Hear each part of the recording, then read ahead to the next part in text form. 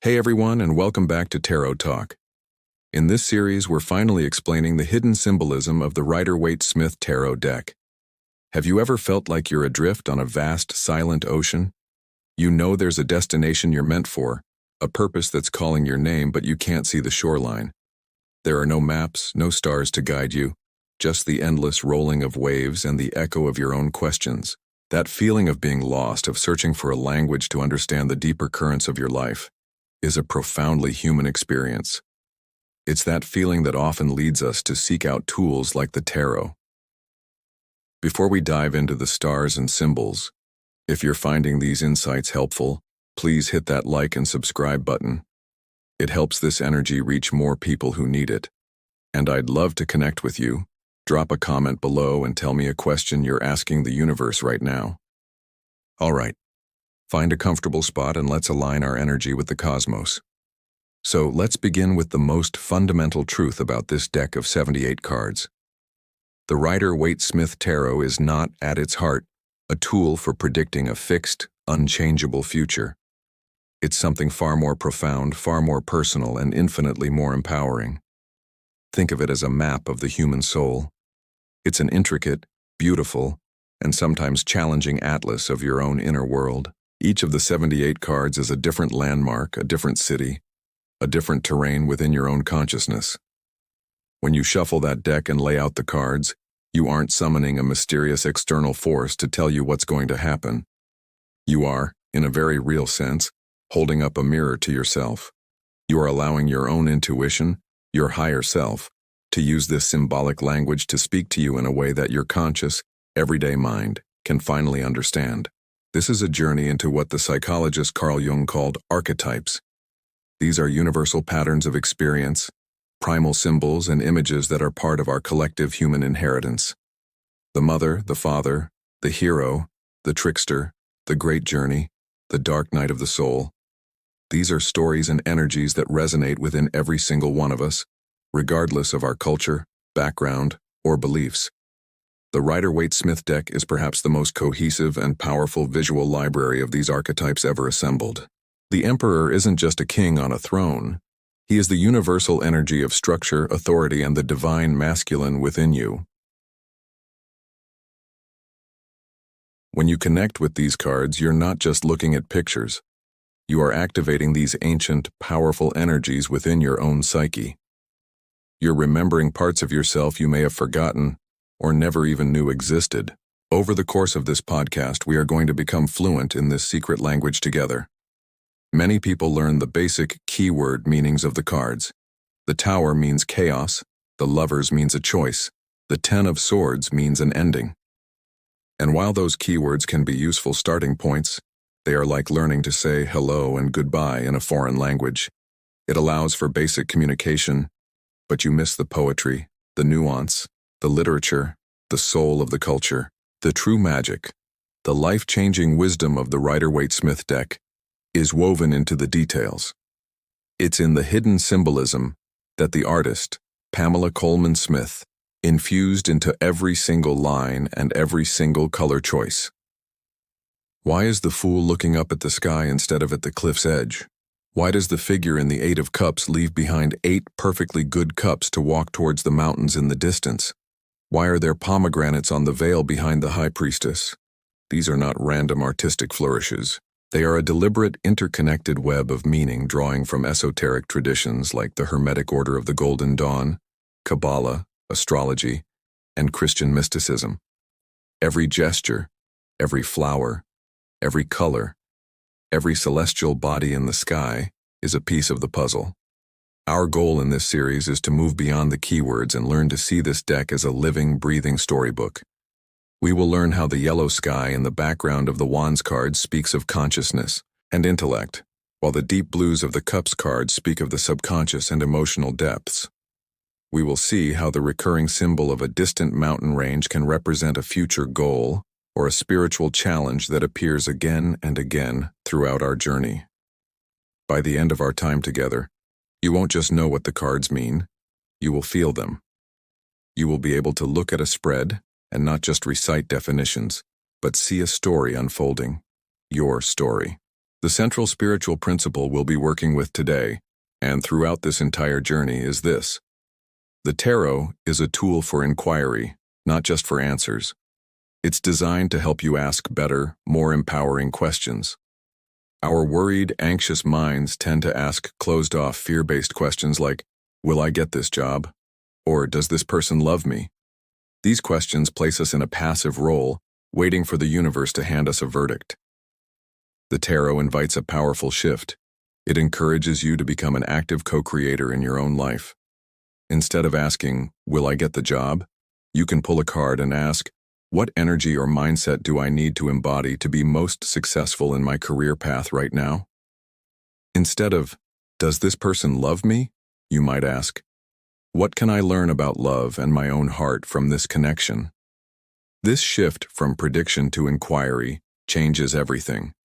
It takes the power out of some imagined future and places it right back where it belongs, in your hands in this present moment.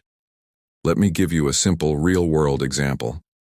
Imagine a friend of yours, let's call her Sarah, feels completely stuck in her job. It pays the bills, but it drains her soul. Every morning she feels a sense of dread. She's been pulling cards on it for weeks, and she keeps getting the Eight of Swords.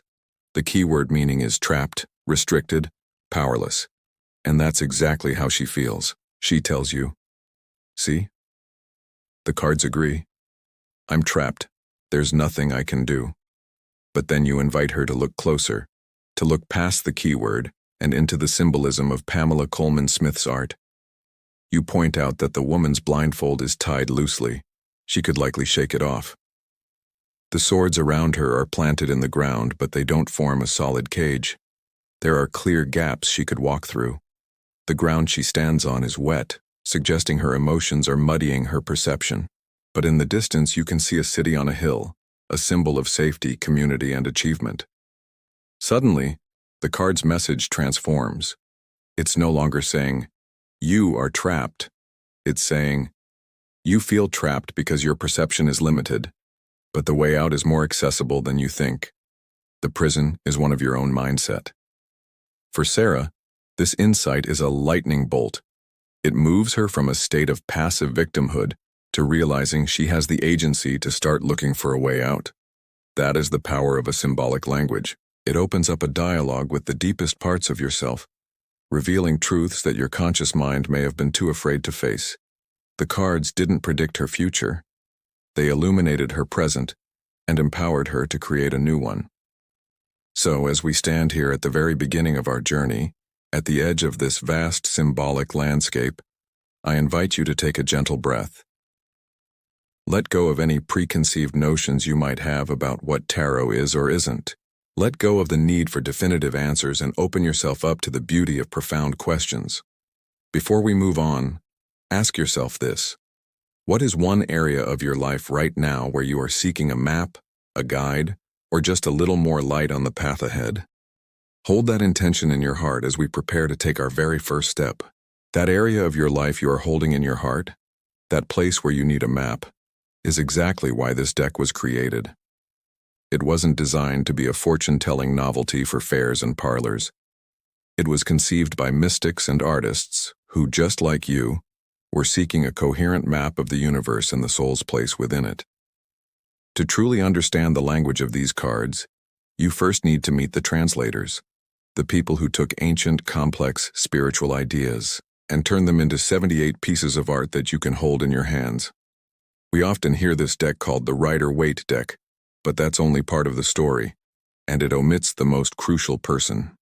The true name is the Rider-Waite-Smith deck, or RWS for short, and understanding the roles of these three entities, the publisher, the scholar, and the artist, is our first key to unlocking its depths. Rider was the publisher, William Rider and Son of London, who first printed the deck in 1909. But the real magic came from the two people he hired, Arthur Edward Waite, the intellectual architect, and Pamela Colman Smith, the artistic soul. Let's start with A.E. Waite. Imagine a man living in the turn of the 20th century, a time of immense scientific progress, but also a time of deep spiritual searching. Waite was a prolific scholar of the esoteric, a member of the secretive and highly influential Hermetic Order of the Golden Dawn, which we'll touch on in a moment. He was a mystic, not a fortune-teller. He was frustrated with the tarot decks of his time, which he felt were used primarily for simple divination. He envisioned something more. Waite wanted to create a deck that was a key that could unlock the secret tradition, the hidden stream of mystical wisdom that he believed flowed beneath Western civilization. He was the architect. He researched the symbols. He drew upon the complex astrological and Kabbalistic correspondences taught within the Golden Dawn, and he restructured the deck to better reflect what he saw as the soul's journey of initiation. He was the one who made the groundbreaking decision to swap the positions of strength and justice from their traditional places, and he was the one who provided the thematic direction for each card. Waite created the blueprint. He laid out the intellectual and spiritual framework, a kind of sacred geometry upon which the deck would be built. His mind was the vessel for the structure, the system, and the philosophy. But a blueprint, no matter how brilliant, is just lines on a page. It's cold, abstract, and silent. It needs someone to build the cathedral, to mix the mortar, to carve the stone, to set the stained glass windows in place so that light can pour through. That person was Pamela Colman Smith. Nicknamed Pixie, she was the absolute heart and soul of this project, and for far too long, her contribution was tragically overlooked. Pamela was a brilliant artist, a theatrical designer, and a storyteller with a unique gift.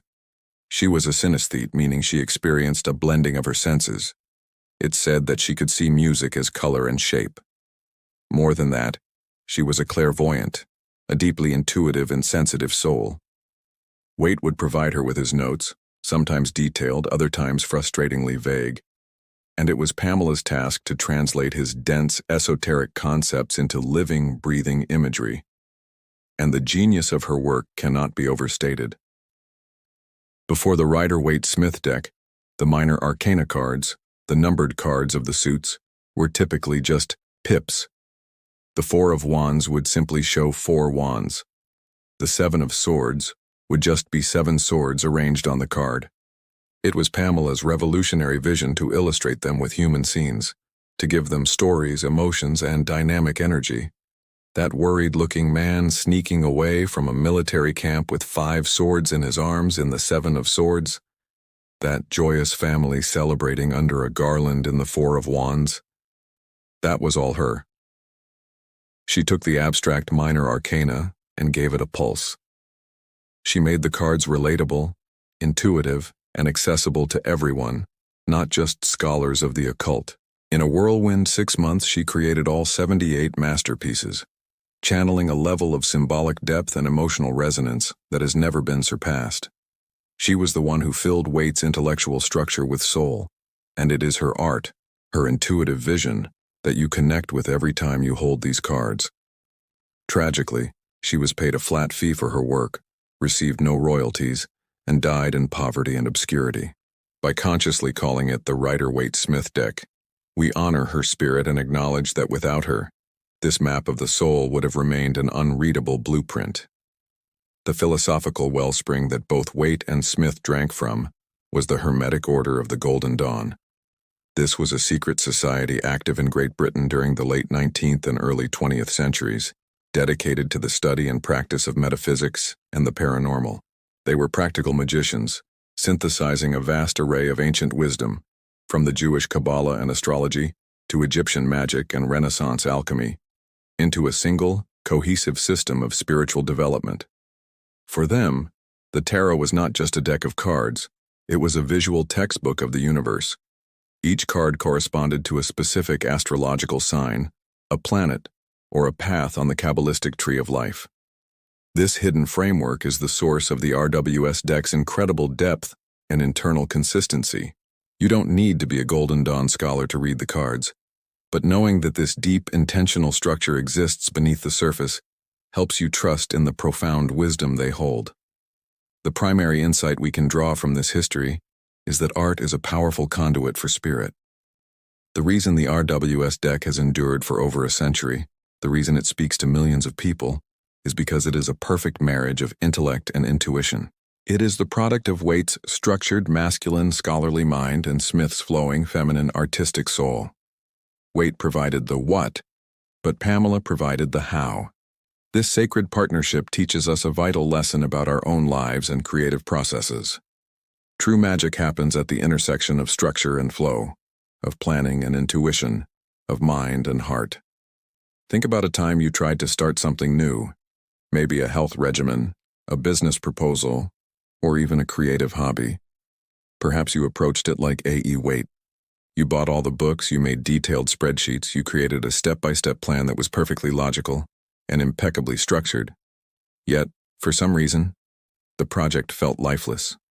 You couldn't find the motivation to actually do it. It was all blueprint and no building. Now imagine embracing your inner Pamela Coleman Smith.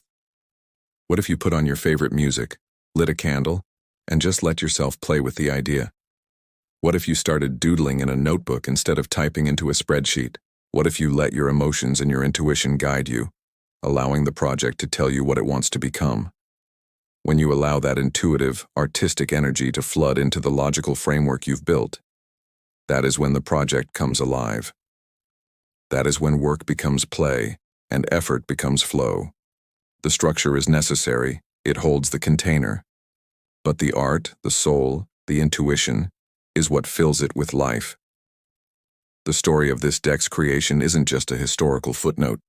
It's the first lesson the cards teach us. It is a lesson in balance, in partnership, and in honoring both the seen and the unseen, the mind and the spirit, the architect and the artist that reside within each of us. As we continue, you will see Pamela is intuitive genius and Waite is esoteric structure dancing together in every single card we explore. To integrate this lesson, take a moment to reflect on this question. In your own life, where can you invite more of Pamela's intuitive artistry to breathe life into Waite's structured plans? That question of balancing the intuitive and the structured, the artist and the architect within you, is perfectly mirrored in the very design of the tarot deck itself. When you hold those 78 cards, you're not holding one single uniform set. You are holding two distinct yet intimately connected decks that work in partnership to tell the whole story of a human life. This is the first and most important structural division to understand, the difference between the major arcana and the minor arcana. This isn't just a way of organizing the cards. It's a profound statement about the two different ways we experience reality. There is the path of our soul's grand, overarching journey, and then there is the path we walk every single day, with all its joys, frustrations, and mundane details. The genius of the tarot is that it shows you how these two paths are in fact the same. Let's first talk about the major arcana.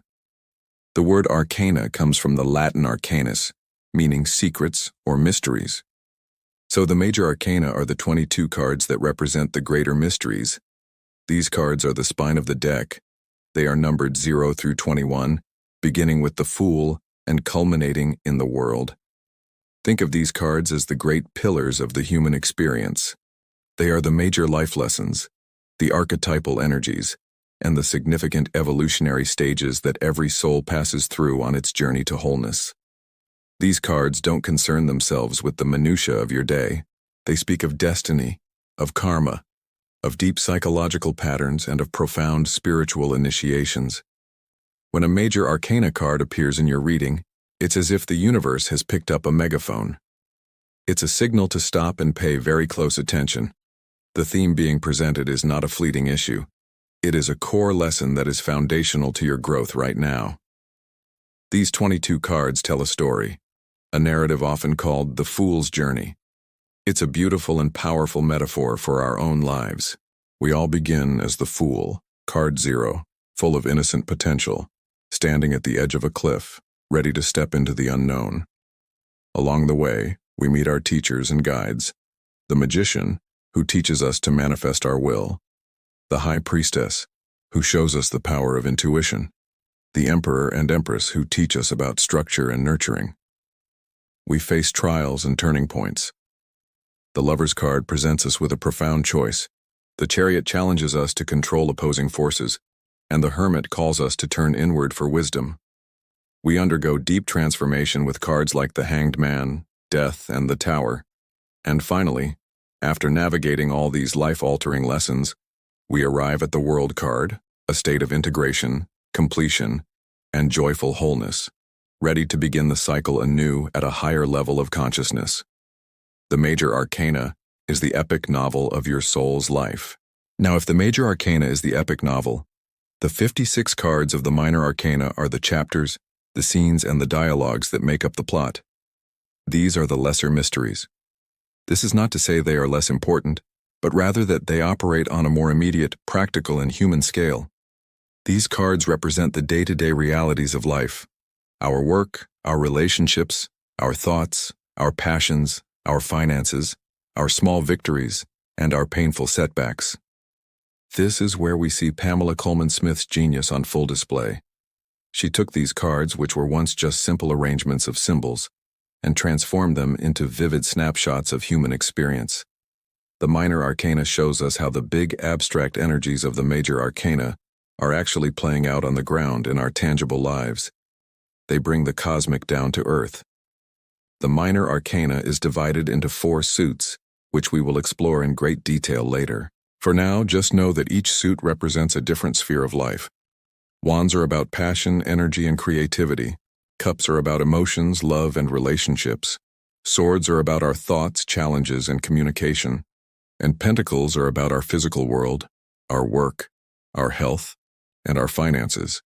These 56 cards show us the full spectrum of what it means to be human: the joy of celebrating with friends in the 3 of Cups, the anxiety of a sleepless night in the 9 of Swords, the creative spark of a new idea in the Ace of Wands, and the satisfaction of a job well done in the 10 of Pentacles. They are the texture of our lives. When you see Minor Arcana cards in a reading, you are looking at the specific, actionable situations and energies you are currently navigating. The most vital spiritual insight here is that the divine is experienced through the mundane. We do not learn the great lessons of the Major Arcana by sitting on a mountaintop in perpetual meditation, divorced from the world. We learn them right here, in the messy, beautiful, complicated laboratory of our daily lives. The universe doesn't just hand you the archetypal lesson of strength, a Major Arcana card. Instead, it presents you with a Minor Arcana situation: a difficult colleague, Swords; a creative block, Wands; or a moment where you have to choose compassion over anger in a relationship, Cups. It is in navigating these smaller, everyday challenges that you embody and integrate the greater spiritual principle of strength. The Minor Arcana is the training ground.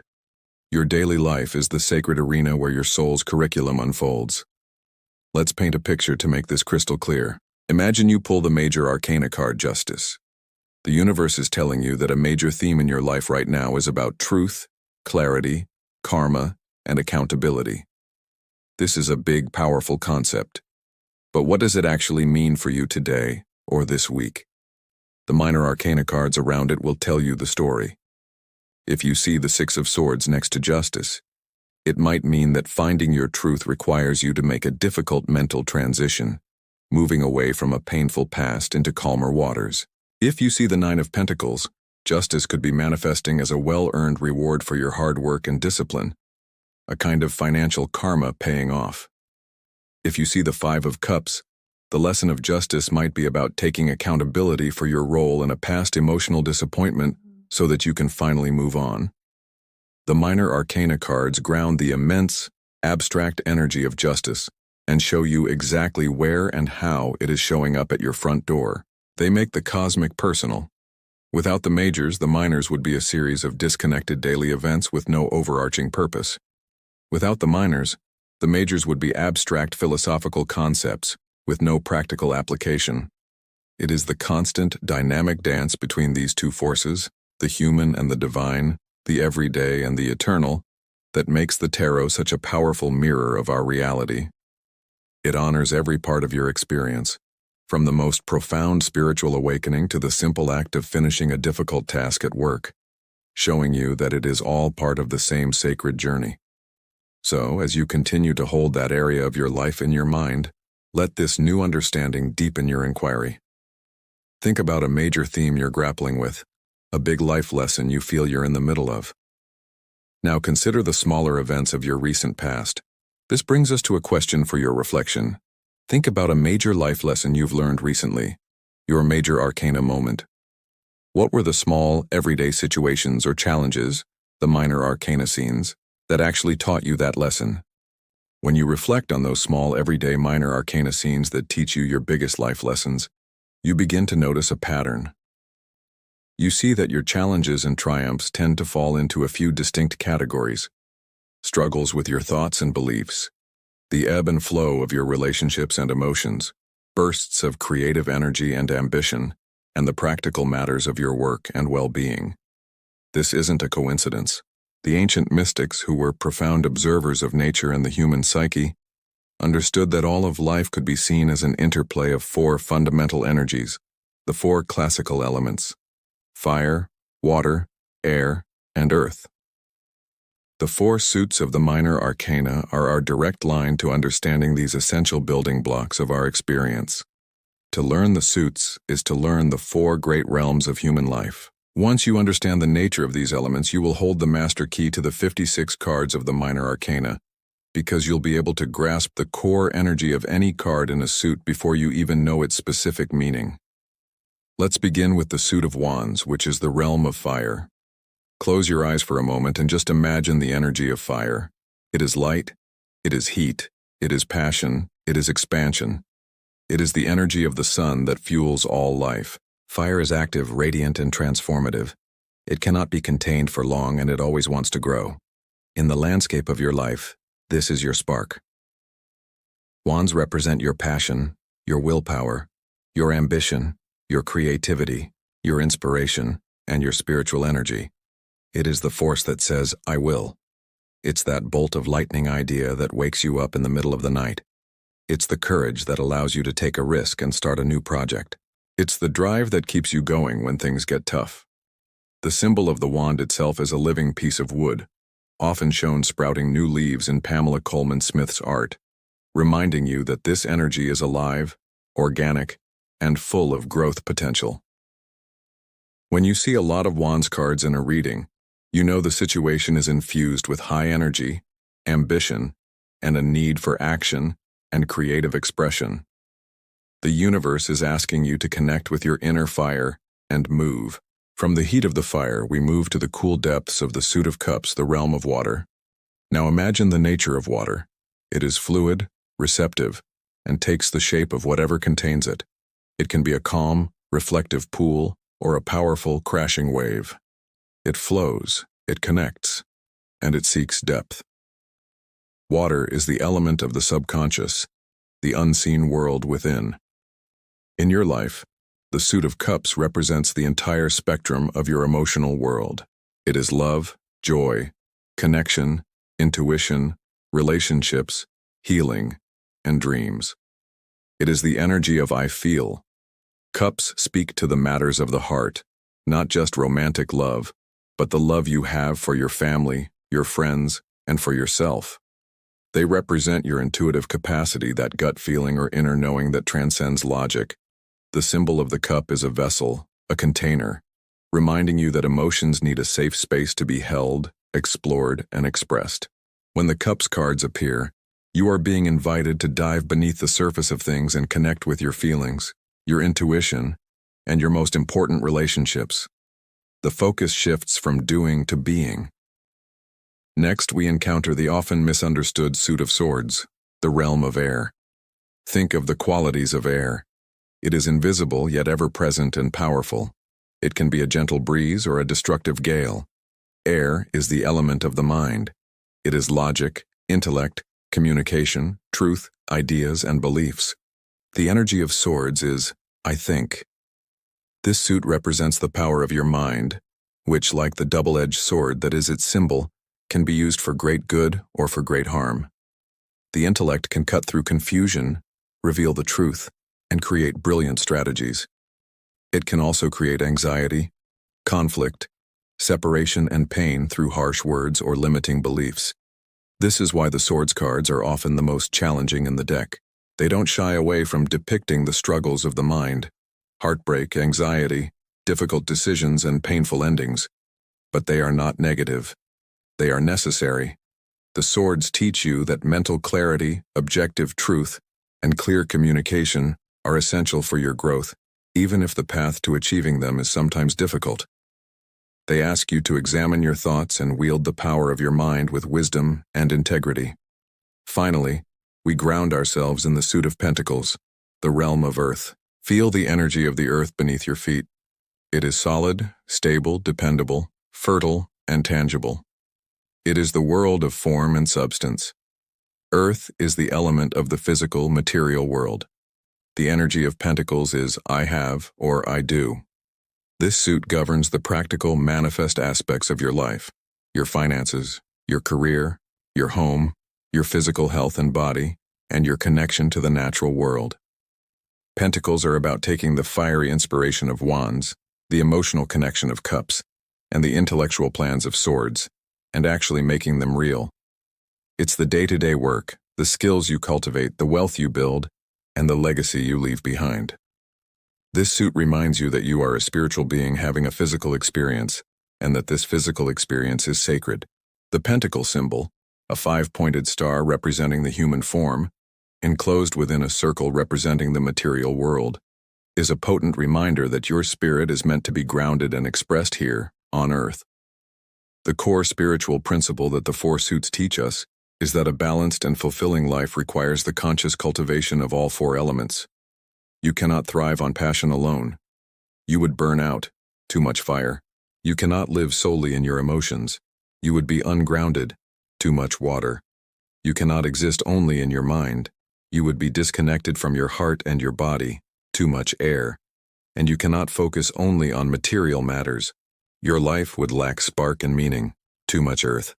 The four suits act as a divine diagnostic tool. When you do a reading, you can see at a glance which energies are dominant and which are lacking. You can see the story of your own elemental balance. For example, imagine you want to change your career. You have an amazing, passionate idea for a new venture. That's a huge surge of wands energy, fire. You're excited and driven. But a tarot reading shows you no pentacles. This tells you that while your passion is high, you haven't yet considered the practical, earthly details. How will you fund it?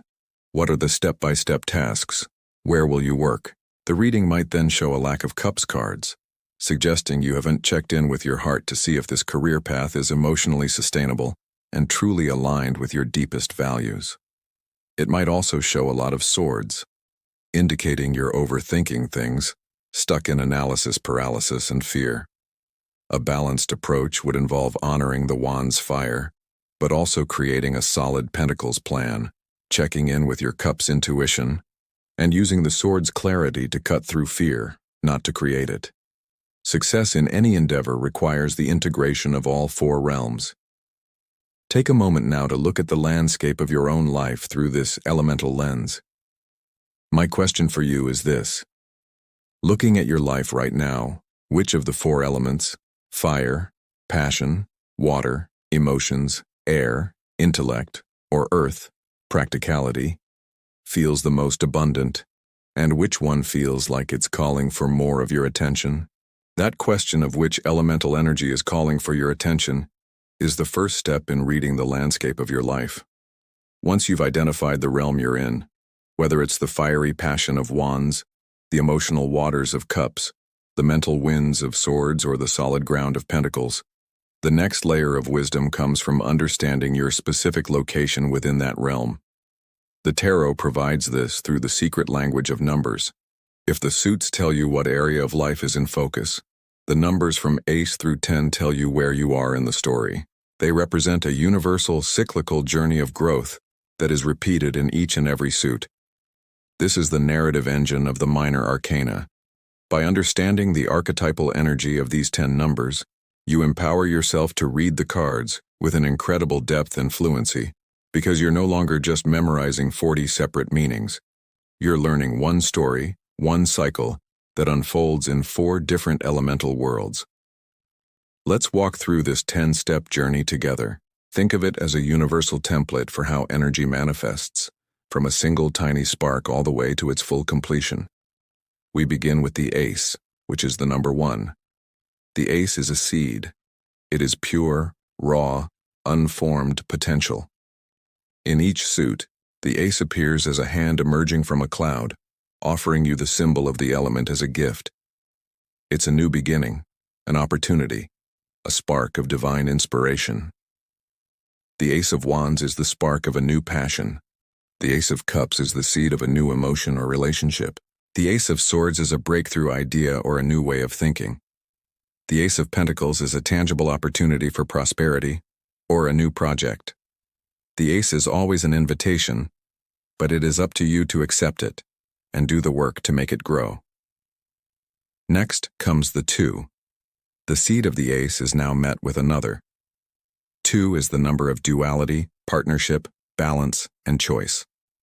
The energy is still in a state of potential, often involving a pause or a decision before action can be taken. It's about weighing options, forming alliances, or acknowledging an opposing force.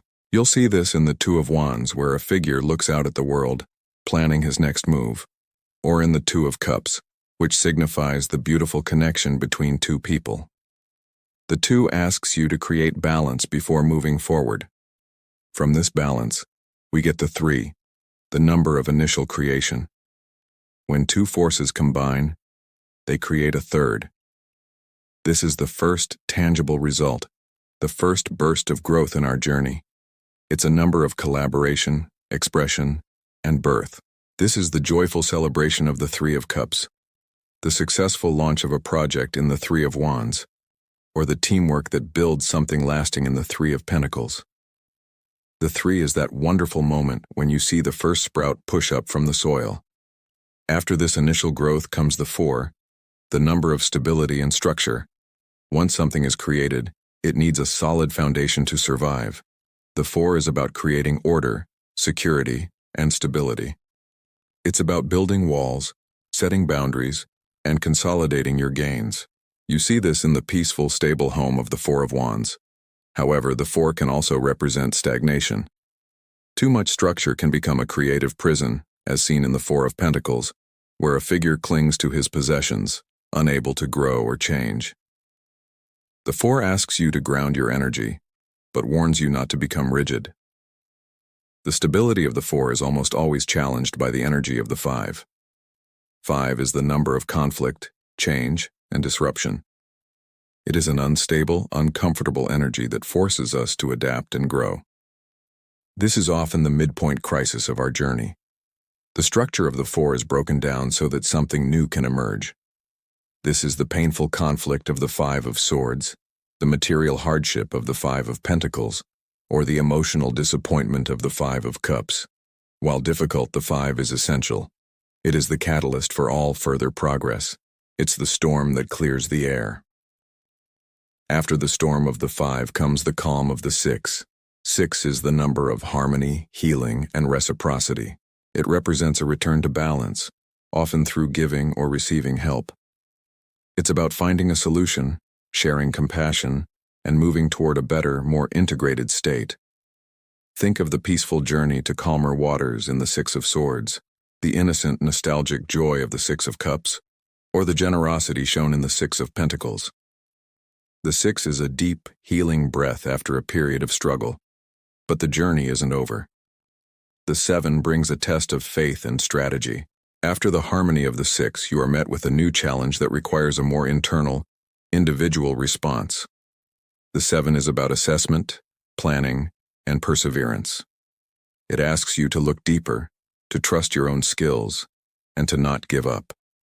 This is the solitary warrior defending his ground in the 7 of Wands, the patient farmer waiting for his harvest in the 7 of Pentacles, or the thief making a strategic move in the 7 of Swords. The 7 is a moment of trial that requires you to use your inner wisdom. Having passed the test of the 7, the 8 is about movement, action, and mastery. This is where you put your plans into motion and do the hard work. It's a number of diligence, progress, and skill development. You see this in the rapid movement and communication of the 8 of Wands, or the dedicated artisan honing his craft in the 8 of Pentacles. The 8 is about being fully engaged in the process, moving forward with purpose and speed. The 9 represents culmination and near completion. This is the peak of the suit's energy before the final conclusion. It represents fulfillment and attainment. but often with a solitary quality, as if you are the sole master of your domain. You are just one step away from the finish line. This is the resilient soldier, weary but ready for one last fight in the Nine of Wands, or the self-sufficient woman enjoying the abundant harvest of her own labor in the Nine of Pentacles. The 9 is the embodiment of the suit's strength. Finally, we arrive at the 10. 10 is the number of completion and transition. The cycle has reached its absolute end. The 10 represents the full manifestation of the suit's energy, which can be either a moment of ultimate fulfillment or one of overwhelming excess. In either case, it is an ending that clears the way for a new ace to begin. You see this in the total family joy of the 10 of Cups, but also in the devastating, final ending of the 10 of Swords, or the heavy burden of the 10 of Wands. The 10 is the end of one story, which always contains the seed of the next. The spiritual principle woven through this numerical journey is that life moves in cycles, and every single stage has its purpose. The chaotic 5 is just as vital for your growth as the joyful 3. This understanding teaches you patience in the early stages of a new venture, the 2s and 3s, resilience during the inevitable conflicts, the 5s, and the wisdom to know when a cycle is truly over and it is time to let go, the 10s. It helps you honor exactly where you are, trusting the process instead of always wishing you were further along the path. Let's use the simple example of learning a new skill, like baking bread. The Ace of Pentacles is the initial, tangible idea. I want to learn to make sourdough. The 2 is the moment of choice and balance, buying the flour and the starter, but not yet having done anything. The 3 is your first successful loaf, created through teamwork with a recipe. The 4 is making that same loaf over and over, establishing a stable routine. The 5 is the inevitable failure, a loaf that doesn't rise, a moment of frustration where you feel like quitting. The 6 is getting a helpful tip from a friend that solves your problem. The 7 is patiently waiting for the dough to proof, assessing whether it's ready. The 8 is the dedicated work of kneading and shaping, mastering the craft. The 9 is the sublime satisfaction of pulling a perfect loaf out of the oven, a creation of your own hands. And the 10 is sharing that bread with your family, the completion of the cycle, which leaves you thinking, what will I bake next? Now bring your own life into this framework. Think about a project, a relationship, or a personal goal. This brings us to our reflective question. Consider a current project or situation in your life. Using this cycle of 1 to 10, what number would you say best describes the stage you're in right now? As you identify the numerical stage of your own projects and processes, you become fluent in the language of the minor arcana's cycles. You learn to honor the rhythm of growth, conflict, and completion in your daily life. Now we are going to zoom out.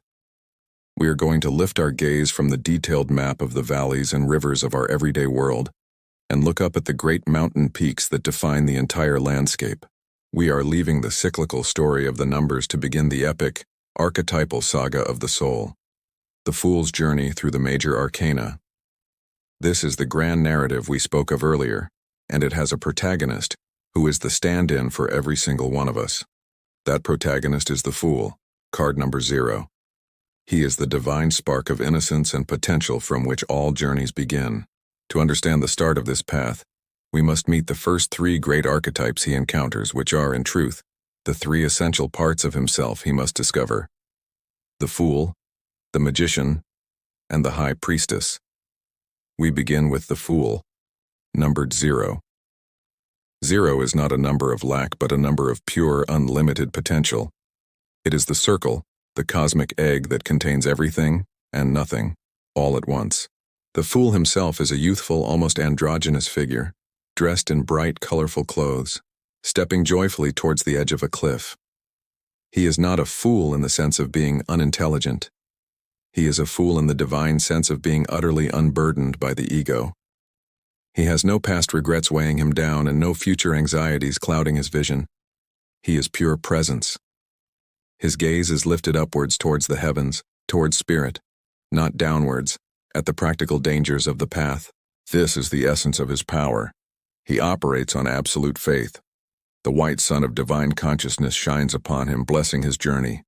He carries a white rose, a symbol of his pure heart and innocent desires. On a stick over his shoulder, he carries a small wallet containing all the experiences and potential he needs, but it rests on him so lightly. He is not defined or burdened by his baggage. At his heels, a little white dog barks, representing our own primal instincts, both cheering him on with excitement and perhaps trying to warn him of the impending cliff edge. This leap he is about to take is the leap into life itself, the incarnation of the soul into the material world. The Fool is the energy within you that says yes to a new adventure that starts the business that moves to the new city, not because it has a perfect plan, but because its soul knows it is time to leap. Having taken that leap of faith, the soul lands in the world of manifestation and becomes the Magician. Card number 1. The innocent, raw potential of the Fool now becomes focused, conscious power. The Magician stands confidently, a figure of active, directed will. He is the conscious mind, the ego in its highest and best form. His posture tells the whole story. One hand is raised to the heavens, holding a wand, channeling divine energy downwards. His other hand points to the earth. He is the living conduit for the great Hermetic principle, as above, so below. His purpose is to take the formless energy of spirit and manifest it into tangible reality. Above his head floats the lemniscate, the infinity symbol, showing that his power and potential are limitless. He wears a white tunic of purity and a red robe of passion and worldly desire. Around his waist is an Ouroboros, a snake eating its own tail, another powerful symbol of eternity and cycles. Before him is a table, and on it lie the 4 tools of his craft: a wand, a cup, a sword, and a pentacle. These are the symbols of the 4 suits, the 4 elements. The Magician has mastery over all the realms of life. He has everything he needs to create the reality he desires. He is surrounded by a garden of red roses and white lilies, symbolizing that his desires are flowering, rooted in the purity of his intent.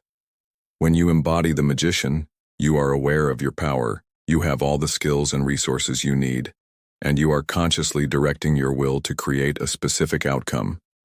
He is the part of you that says, I will. But the journey is not just about external creation and willpower. After discovering the power of the conscious mind, the soul must turn inward to discover its counterpart. It must meet the High Priestess, card number 2. If the Magician is the bright sun of the conscious will, the High Priestess is the mysterious moonlight of the subconscious and intuition. Where he is active, she is receptive. Where he stands and declares, she sits in silence and knows. She is the guardian of the mysteries that cannot be learned from books, but must be felt and experienced. She sits between 2 pillars marked B and J, which stand for Boaz and Jachin, the pillars of Solomon's temple. They represent the great dualities of life: masculine and feminine, light and dark, conscious and subconscious. The High Priestess sits perfectly in the middle, holding the balance between them. She is the 3rd pillar, the path of wisdom that transcends duality. Behind her hangs a veil, decorated with pomegranates, ancient symbols of fertility, abundance, and the hidden inner world. This veil conceals a vast body of water, the waters of the collective unconscious, the source of all creativity and wisdom. At her feet rests a crescent moon, connecting her to the lunar cycles, the divine feminine, and the tides of intuition. In her lap she holds a scroll partially covered labeled Torah, suggesting hidden divine law or esoteric knowledge. She shows you that some wisdom cannot be grasped, only received. The High Priestess is the part of you that gets a gut feeling, the part that knows the answer without knowing how you know. She is the power of I know, spoken from the soul. The profound spiritual insight from this opening trio is that every new journey begins with an act of faith. The Fool requires the use of our conscious will, the Magician, and must be guided by our deep intuition, the High Priestess. These are not just the first 3 steps. They are the essential energies you must carry with you throughout the entire journey. Without the Fool's faith, You'll never take the initial risk. Without the magician's focused will, your dreams will remain formless potential. And without the High Priestess's inner guidance, your actions might be powerful but lack soul, leading you to create things that are not truly aligned with your deepest purpose. Imagine someone who feels a deep calling to leave their safe corporate job to become a writer. That first moment of decision when they finally say, "I'm doing this," despite all the fear and uncertainty, that is their Fool moment. It's a leap into the unknown, fueled by a spiritual calling. Then, the magician energy must kick in. They have to gather their tools. They set up a writing space, pentacles. They develop a disciplined writing schedule, wands. They communicate their intentions to their family, swords. And they stay connected to the emotional reason they're doing this, cups. This is the conscious, focused work of manifestation. But inevitably, they will hit a wall. They'll face writer's block or a crisis of confidence. This is when they must call upon the High Priestess. Instead of trying to force the words, they must become still. They meditate, they listen, they pay attention to their dreams. They trust that the story knows how it wants to be told, and they become a receptive channel for that deeper wisdom to flow through them. This balance is the key to a sacred and successful creation. As you stand at the precipice of your own next great adventure, you are the Fool. You have all the tools of the magician at your disposal, and the deep well of the High Priestess's wisdom within you. My question for you to reflect on is this. As you stand at the beginning of your next chapter, which of these three energies, the Fool's faith, the magician's willpower, or the High Priestess's intuition, is asking for most of your attention right now?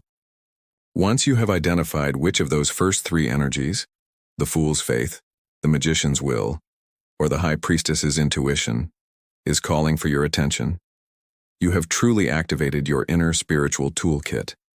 You have acknowledged the potential within, the power of your conscious mind, and the wisdom of your subconscious. The Fool's journey, however, does not remain an internal one for long. Equipped with this nascent self-awareness, the soul must now venture out and engage with the world of form. It needs to understand the foundational structures upon which life is built. It needs to meet its teachers, its guides, and its archetypal parents. This is where we encounter the next three pillars of the major arcana: the Empress, the great creative mother; the Emperor, the great structuring father; and the Hierophant, the great spiritual teacher. These are the figures who shape our understanding of nature, society, and tradition. First, the Fool encounters the Empress, card number 3. Having emerged from the mysterious intuitive realm of the High Priestess, he now steps into the abundant, sun-drenched garden of the Great Mother. The Empress is the archetype of creation, fertility, and the nurturing power of the natural world. She is depicted as a beautiful, serene woman, often appearing pregnant, lounging comfortably on a plush red throne. She is sensuous, at ease, and utterly connected to the world around her. Unlike the High Priestess who sits indoors, the Empress is in the heart of nature, surrounded by a lush forest, a field of ripe wheat, and a life-giving stream. She is Mother Earth herself, the source of all abundance. In her hand she holds a scepter, and upon her head is a crown of 12 stars, representing the 12 signs of the zodiac and her dominion over the cycles of the year. Her dress is decorated with pomegranates, the same symbol of fertility we saw in the High Priestess's veil, but here they are manifest and visible, not hidden. At her side is a heart-shaped shield bearing the symbol of Venus, the planet of love, beauty, creativity, and pleasure. The Empress teaches the Fool about the joy of the senses, the beauty of the physical world, and the power of creation. She is the part of you that gives birth to a new idea, that nurtures a project, that creates a loving home, and that finds profound healing in nature. She is the power of I create and nurture. After being held in the loving, abundant, and sometimes wild embrace of the Empress, the Fool needs to learn about structure, order, and boundaries. He now meets her counterpart, the Emperor, card number 4. If the Empress is the creative force of nature, the Emperor is the ordering principle of civilization. He is a formidable, majestic figure, a bearded patriarch seated firmly on a solid stone throne. He is the archetype of the Divine Father, the lawgiver, the leader who brings structure to the world. His throne is set in a stark, barren, mountainous landscape. This is a deliberate contrast to the Empress's lush garden. His rule is based on logic, reason, and control, not the untamed flow of nature or emotion. His throne is decorated with 4 ram's heads connecting him to the astrological sign of Aries, the sign of bold leadership, action, and initiation. In his right hand he holds an ankh, the Egyptian symbol for life, and in his left, an orb representing the world over which he has dominion. Beneath his royal robes you can see he wears a suit of armor, a sign that he is always ready to protect his kingdom and enforce the laws he has created. The Emperor teaches the fool about discipline, stability, strategic thinking, and the importance of having clear boundaries. He is the part of you that creates a business plan, that sets a budget, that commits to a daily routine, and that provides safety and security for yourself and your loved ones. He is the power of I control and protect. Having been grounded in the laws of nature by the Empress and the laws of society by the Emperor, the fool's soul now yearns for a deeper sense of meaning and connection. He seeks spiritual structure, and so he comes before the Hierophant, card number 5. The Hierophant is the great teacher, the spiritual authority who translates divine mysteries into doctrines and traditions that a community can share. He is often depicted as a pope-like figure, seated on a throne between 2 pillars, much like the high priestess, but where her pillars represent a gateway to esoteric mystery, his are solid stone pillars within a formal institution, a church or a temple. They represent established religion and education, not hidden knowledge. Before him kneel 2 acolytes, representing his students and his duty to pass down sacred tradition to the next generation. He wears a triple crown and carries a triple scepter, symbolizing his authority over the 3 worlds of human experience. At his feet lie a pair of crossed keys, the keys to the kingdom of heaven, representing the established path or right way to achieve spiritual understanding. The Hierophant teaches the fool the value of tradition, of learning from a mentor, of belonging to a community with shared beliefs, and of finding meaning through established systems of wisdom. He is the part of you that takes a class, that joins a spiritual group, that studies a philosophy, or that finds comfort and guidance in time-honored traditions. He is the power of I believe and teach. The vital spiritual principle that this trio of archetypes teaches us is that to become a whole and functional person, we must integrate the lessons of our inner Empress, Emperor, and Hierophant.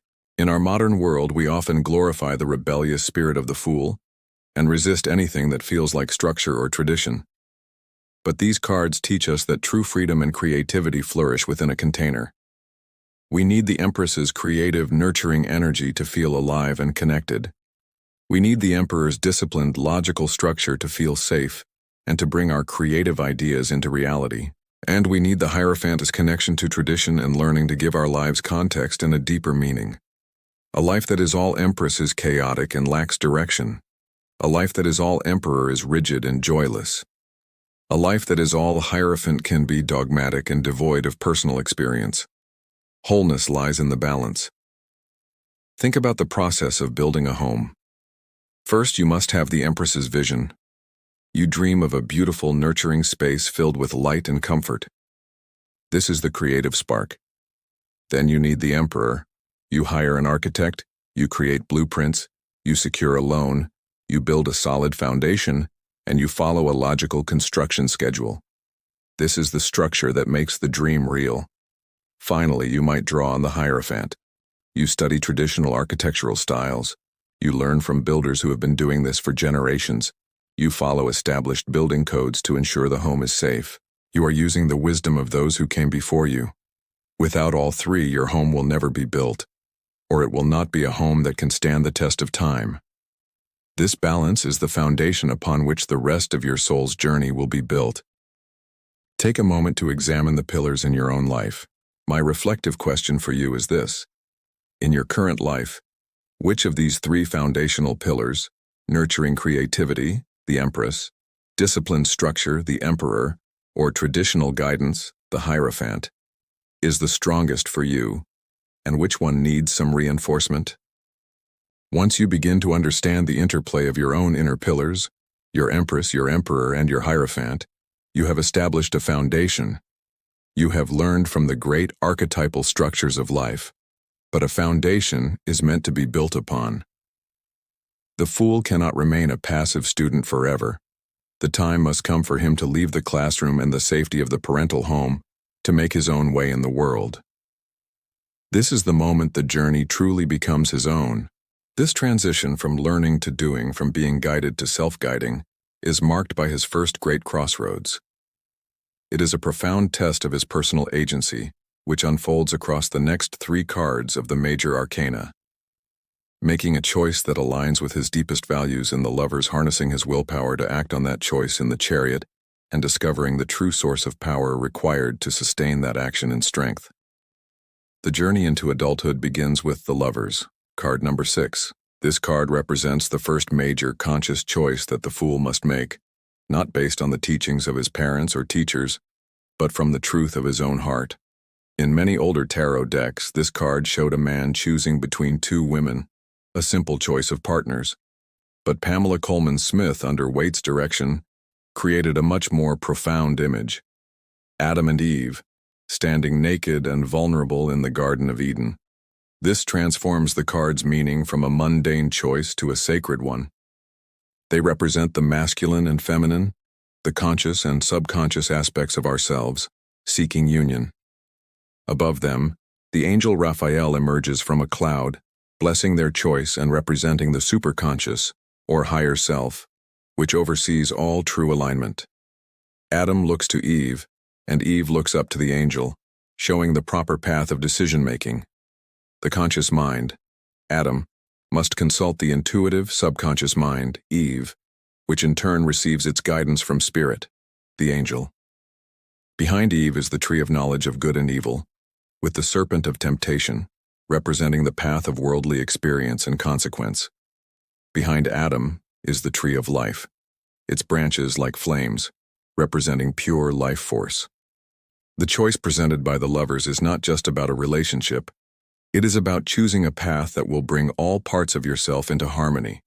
It's about values, authenticity, and the integration of opposites. It is the power of I choose. Having made this profound and authentic choice, the fool must now develop the will to see it through. He steps into the Chariot, card number 7. This card is pure action, determination, and victory. We see a confident, armored prince standing tall in his chariot, ready to move forward. He has left the safety of the city walls, which you can see in the background. He is now on his own, forging his path in the wider world. The chariot itself is his vehicle for navigating life, and the starry canopy above him suggests that his mission is divinely inspired. But look closely. He holds no reins. His control over the chariot and the 2 sphinxes before him comes from the sheer force of his will. The sphinxes, one black and one white, represent the dualities and opposing forces he must command. The very same energies of duality we've seen with the pillars of the High Priestess and Hierophant, and the masculine-feminine principles in the Lovers. Now he must learn to master them. The sphinxes are at rest, and it is only through his focused intention and unwavering willpower that he can get them to pull in the same direction. The chariot is the raw energy of the ego in service of a higher goal. It is the part of you that, having made a decision, musters all its focus and drives forward, overcoming obstacles through sheer determination. It is the power of, I will move forward. This powerful external display of willpower, however, is not enough to sustain a lifelong journey. Raw, unchecked will can become aggressive and brittle. The fool soon learns that true power comes not from external control, but from internal mastery. He must now encounter the lesson of strength, card number 8. In this beautiful and profound card, we see a serene woman gently and lovingly closing the mouth of a fearsome lion. This is not a battle. She is not using brute force to dominate the beast. Her power is quiet, compassionate, and irresistibly confident. The woman represents our higher consciousness, our spirit, and the lion represents our primal nature, our passions, our ego, our anger, our desires, our raw life force. The card's great secret is that the goal is not to kill or cage the lion, but to befriend it, to integrate its vitality and passion into our lives in a harmonious way. Above the woman's head is the lemniscate, the symbol of infinity, just as we saw with the magician. But where the magician's power was directed outward to control the elements of the world, her infinite power is directed inward to master the elements of her own being. She wears a crown and a belt of flowers, showing that her strength is natural, gentle, and beautiful. By integrating the lion's power, she becomes more whole, not less. Strength is the part of you that faces your fears with courage, that responds to a challenge with patience instead of rage, and that tames your own inner demons with self-love and compassion. It is the power of I can. The deep spiritual insight woven through these three cards is that true, sustainable momentum in life comes from aligning our authentic choices, the lovers, with our focused will, the chariot, and grounding both in compassionate self-mastery, strength. Think of them as a sequence. If you try to power forward with the chariot's willpower but haven't made a truly aligned choice with your heart, the lovers, you will be driving forcefully in the wrong direction. Your victory will feel hollow. Similarly, if you try to drive the chariot without having done the inner work of strength, your own inner lions, your insecurities, your temper, your addictions, will end up sabotaging your journey, causing the sphinxes to pull apart and your chariot to crash. It is the gentle courage of strength that gives the charioteer his true power. Consider the journey of starting a new health and wellness regimen. The lover's moment is when you make a deep, authentic choice to love and care for your body, not from a place of self-hatred, but from a place of true self-worth. The chariot is the willpower you then apply. You create a meal plan, you schedule your workouts, you drive past the fast food restaurant without stopping. You are moving forward with determination. But then the strength card comes into play. You have a craving for sugar. Your lion roars. Or you feel lazy and want to skip a workout. Your lion wants to sleep. The chariot's brute force might say, "No, you are weak, push through." But strength says, "I hear you. I understand this is hard. Let's have a healthy snack instead, and let's approach this with compassion, not punishment." It's this gentle inner dialogue, this loving mastery of your own impulses, that allows the chariot to stay on course for the long haul. You have made choices in your life that have set you on a particular path. You are driving your chariot forward every day. Now is the time to check in on the source of your power. This brings us to our reflective question. Think of a significant choice you've made recently. How are you using your willpower, the chariot, to move it forward? And where are you being called to apply gentle courage, strength, to master the inner challenges that arise? After exploring that powerful sequence of choice, willpower, and inner courage, you might feel that the key to a successful journey is simply to push forward with ever greater determination. The fool, fresh from the victories of the chariot and strength, certainly feels this way. He believes he has mastered the art of moving through the world. But the universe is infinitely wise, and it knows that a journey fueled only by outward action and willpower eventually becomes exhausting and one-dimensional. The soul does not grow through doing alone. It grows through understanding. And so the time comes for the fool to pull his chariot over to the side of the road, to step away from the relentless drive for victory, and to begin the great inward turn. He must learn that the most profound truths are not found in the heat of battle, but in the quiet of contemplation. This next phase of his journey is a deep dive into the self, guided by the archetypes of the hermit, the wheel of fortune, and justice. The first step on this inner path is the hermit, card number 9. The fool, who has been so engaged with the world, now feels a powerful call to withdraw from it. He becomes the hermit, a wise old man who has voluntarily left the noise and distractions of society to seek his own inner light. He stands alone on a desolate mountaintop, signifying that he has risen above the mundane, everyday concerns that once preoccupied him. He wears a simple gray cloak, which symbolizes his detachment from the outer world and its demands for attention and recognition. In one hand, he holds a long staff, the very same staff he began his journey with, but it is no longer a symbol of raw potential. It is now a staff of wisdom and support earned through experience. His other hand holds the card's most vital symbol, a lantern containing a glowing six-pointed star, the seal of Solomon, a timeless symbol of wisdom and the union of heaven and earth. He is not hiding his light. He is holding it out, both to illuminate his own next steps and to serve as a beacon for any other sincere seekers who are willing to make the difficult climb to find him. The Hermit represents the essential human need for introspection, for soul-searching, and for disconnecting from the outer world in order to hear the quiet voice of our own soul. He is the power of I seek. In the profound silence of his solitude, the Hermit makes a revolutionary discovery.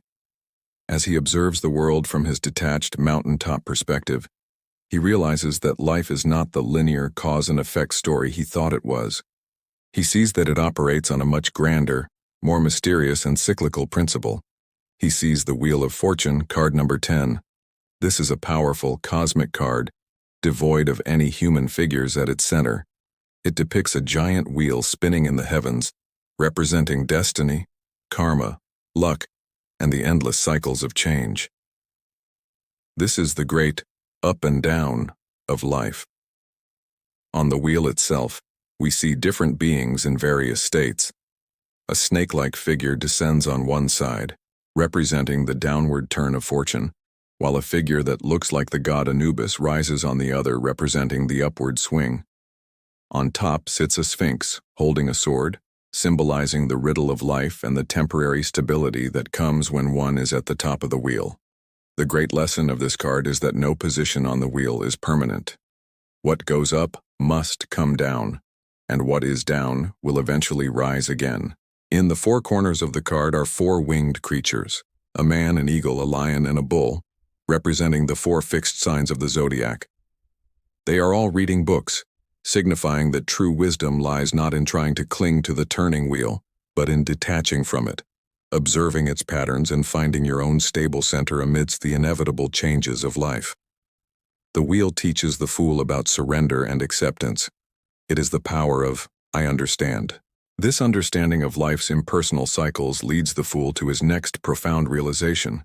The turning of the wheel is not random or chaotic. It is governed by an immutable, universal law. This is the law of justice, card number 11.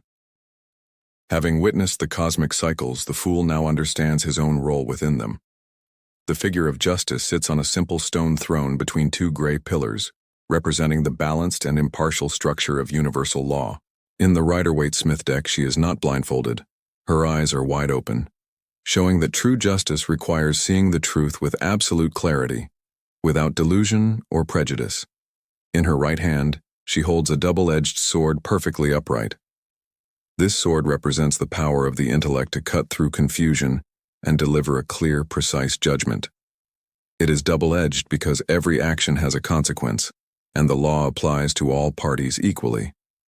In her left hand, she holds the scales, symbolizing the weighing of evidence and the balancing of cause and effect. Justice is the ultimate card of accountability. It teaches the fool that while he cannot control the turning of the great wheel, he is 100% responsible for his own choices and actions.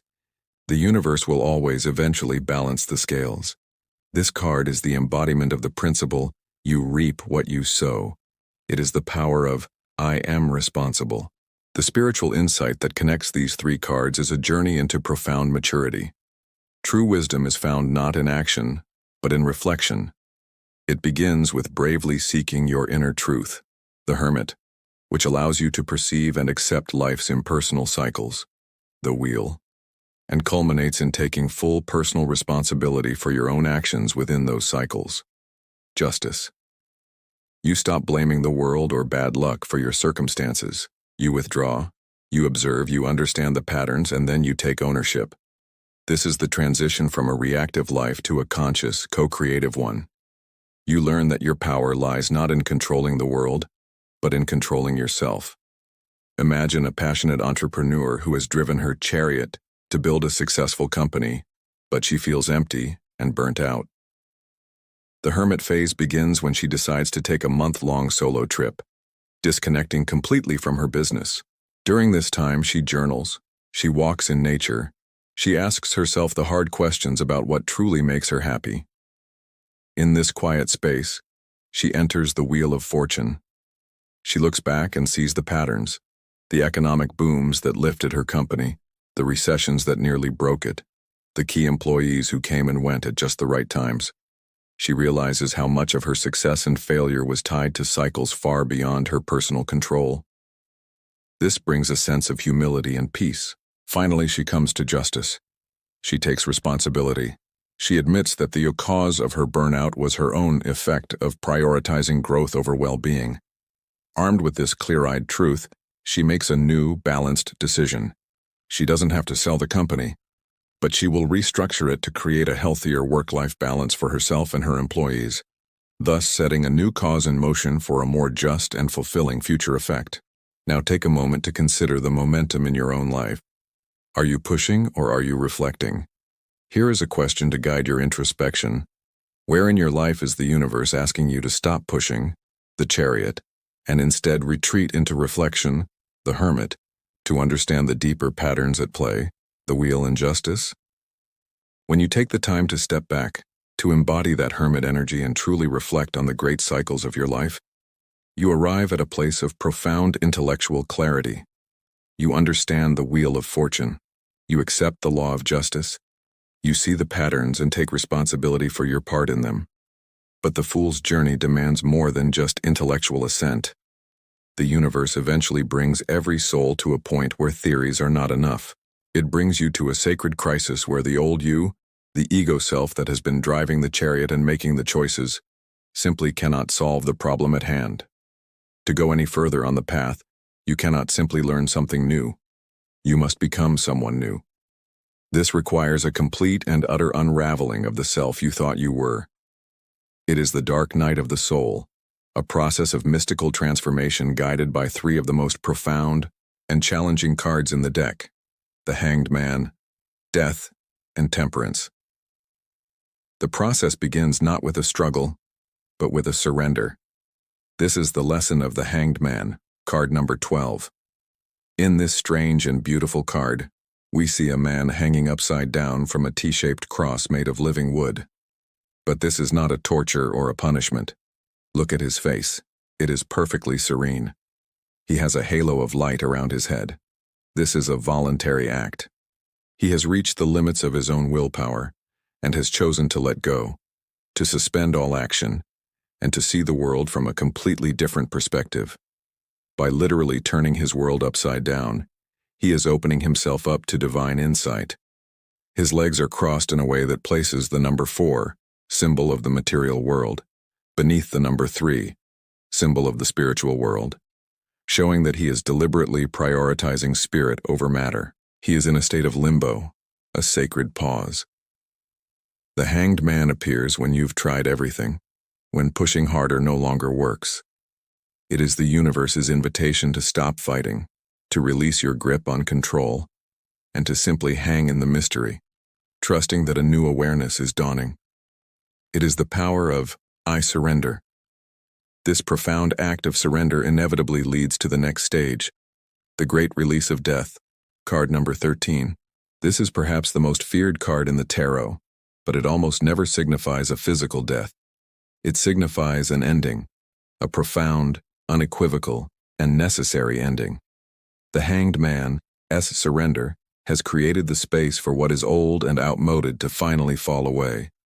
The card depicts a skeleton, representing the indestructible core of our being, riding a powerful white horse, symbolizing the unstoppable and purifying force of change. He moves through a landscape where the old world is crumbling.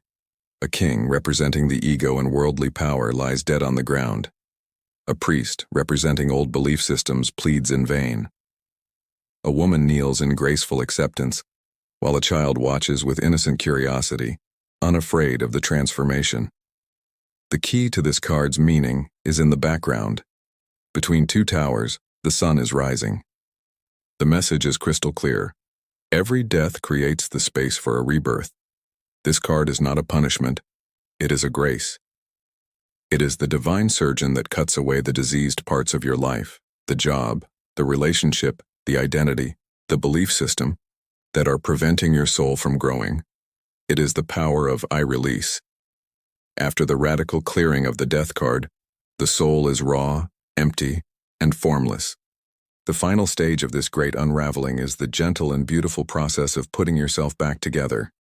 This is the divine alchemy of temperance, card number 14. In this card, we see a serene androgynous angel standing with one foot on the solid ground of the material world and one foot in the flowing water of the subconscious. This symbolizes perfect balance. The angel is pouring a stream of water between two golden cups, miraculously flowing upwards from the lower cup to the higher one. This is the alchemical process of blending opposites to create something new and divine. The angel is integrating the conscious and the subconscious, the masculine and the feminine, the lessons of the past and the potential of the future. It is a card of healing, patience, and divine synthesis. In the background, a clear path winds its way through a green landscape towards a rising sun, a crown of light hovering above the horizon. This shows that the process of temperance, of patiently integrating all the disparate parts of yourself after a great upheaval, is the direct path to a higher state of consciousness. It is the quiet miracle of becoming whole again, but as someone entirely new. It is the power of I integrate. The spiritual principle that unites these three archetypes is one of the most vital in any mystical tradition. Profound spiritual growth is not achieved by adding more to ourselves, but by surrendering and allowing what is false to be stripped away, so that our true nature can be reborn and integrated. You cannot build a new temple on top of a rotten foundation. You must first surrender your attachment to the old building, the hanged man. Allow it to be completely demolished, death, and only then can you begin the patient sacred work of building anew with a combination of old and new materials, temperance. This is why the dark night of the soul is not an error or a punishment. It is an initiation. It is the universe's way of helping you shed a skin that has grown too small for the soul it contains. We see this pattern play out in the great transitions of life. Consider a person whose entire identity has been wrapped up in their career. One day they are unexpectedly laid off. At first they fight it, but eventually they reach the hanged man stage. They surrender. They stop frantically applying for the same type of job and just allow themselves to be in the void. This surrender leads to the death card. Their old identity as the executive dies. The sense of security, the ego, the daily routine, it all falls away. It is painful and terrifying. But in the emptiness that follows, they enter the temperance phase. They start to blend other parts of themselves into their being. They rediscover their love for painting. They spend more time with their family. They find a new sense of purpose that isn't tied to a job title. Slowly, patiently, the angel of temperance helps them mix the skills from their old life with the passions of their new one, creating a more balanced, whole, and authentic version of themselves. They are reborn. This is a sacred and often challenging part of the human journey. It asks for immense courage and trust. Take a moment to feel into your own life for this energy. The question for your reflection is this: what old identity, belief, or situation in your life are you being asked to surrender, the hanged man, so that it can finally end? Death, allowing you to find a new, more integrated sense of balance, temperance. That sacred alchemical process of surrender, release, and integration is the crucible in which a new self is forged. The fool, having passed through the profound unraveling of the hanged man, death, and temperance, is now more whole, more balanced, and more authentic than ever before. But this newfound clarity brings with it a new challenge. With his integrated consciousness, he can now see with painful sharpness the shadows that were previously hidden from his view. He is finally strong enough to look into the darkest corners of his own psyche and confront the illusions, attachments, and self-imposed prisons that have been limiting his journey all along. Before he can reach for the heavens, he must first descend into his own personal underworld. This is the great confrontation with the shadow, a terrifying but ultimately liberating trial, guided by the fearsome archetypes of the devil and the tower, which, when endured, lead to the serene and boundless hope of the star. The descent begins with a moment of shocking self-recognition. The Fool comes face to face with the Devil, card number 15. This card is a powerful and intentional parody of the Lover's card. Where a divine angel once floated, a grotesque figure of Baphomet now looms, half man, half goat, perched on a black pedestal. He holds his hand in a gesture that mimics the magician, but his torch points downwards, manifesting bondage instead of creation. At his feet are the same man and woman from the Lover's card, but they are now corrupted, with small horns and tails, symbolizing their enslavement to their most base instincts and material desires. Around their necks are chains that bind them to the Devil's pedestal. But here lies the card's most profound secret. The chains are loose. They are so wide that the man and woman could easily lift them over their heads and walk away. Their bondage is a choice. The Devil has no real power over them other than the power they give him through their own fear, addiction, and ignorance. This card is not about an external evil force. It is about confronting our own shadow, our addictions, our materialism, our limiting beliefs, our toxic attachments. Its purpose is to illuminate these chains so that we can finally see that we are the ones holding ourselves captive. It is the power of I see my chains. Once you see the chains, you have a choice. Often the ego will refuse to let go. The prison, though miserable, is familiar. We are attached to our addictions and our illusions. When our conscious self refuses to initiate a necessary change, the universe will sometimes intervene. This divine intervention is the shocking, chaotic energy of the Tower, card number 16. The card depicts a tall, solid tower, a symbol of a rigid structure built on a false foundation. It is our inflated ego, our limiting belief system, a toxic relationship, a soul-crushing career. It is the prison we have mistaken for a fortress. Suddenly, a bolt of lightning from the heavens strikes the tower, blowing its crown, a symbol of false authority. From its top, the structure crumbles, and the two figures from the Devil card are seen falling headfirst into the abyss. It is a moment of pure, terrifying chaos. But this is not a punishment. The lightning is a flash of divine, undeniable truth that shatters the illusion we have been living in. The tower's collapse is a forced liberation. It is the universe lovingly taking a sledgehammer to our self-built prison because we refused to walk out the open door. It is the sudden layoff, the unexpected breakup, the health crisis, the humbling event that destroys our ego and forces us to rebuild our lives on a foundation of truth. It is the power of I am free. In the immediate aftermath of the tower's collapse, there is nothing but silence and rubble. The Fool, stripped of his false identity, his false security, and his false pride, lies vulnerable and naked on the ground. It is in this moment of absolute stillness, with the noisy chatter of the ego finally silenced, that he looks up and sees the night sky for the first time. He sees the radiant light of the star, card number 17. This is one of the most beautiful and hopeful cards in the entire deck. It is the calm after the storm. We see a naked woman, symbolizing complete authenticity and vulnerability, kneeling by a tranquil pool of water. There is nothing left to hide. Above her shines one large, brilliant, 8-pointed star, representing hope, inspiration, and divine guidance, surrounded by 7 smaller stars. She holds 2 pitchers, pouring water from one onto the dry land to nourish it, and pouring water from the other back into the pool, replenishing the source. This is a quiet act of healing and generosity, a sign that life is flowing once again. In the background, an ibis, a bird sacred to the Egyptian god of wisdom, sits on a tree, signifying that clarity and wisdom are returning after the chaos. The star is the feeling of deep peace and renewed faith that arrives after a great personal trial. It is the quiet promise that you have been guided through the darkness and are now connected to your true spiritual purpose. It is the power of I have faith. The spiritual principle that connects this dramatic trio is that true liberation often requires the complete destruction of the false prisons we build for ourselves. It is a 3-step process of awakening.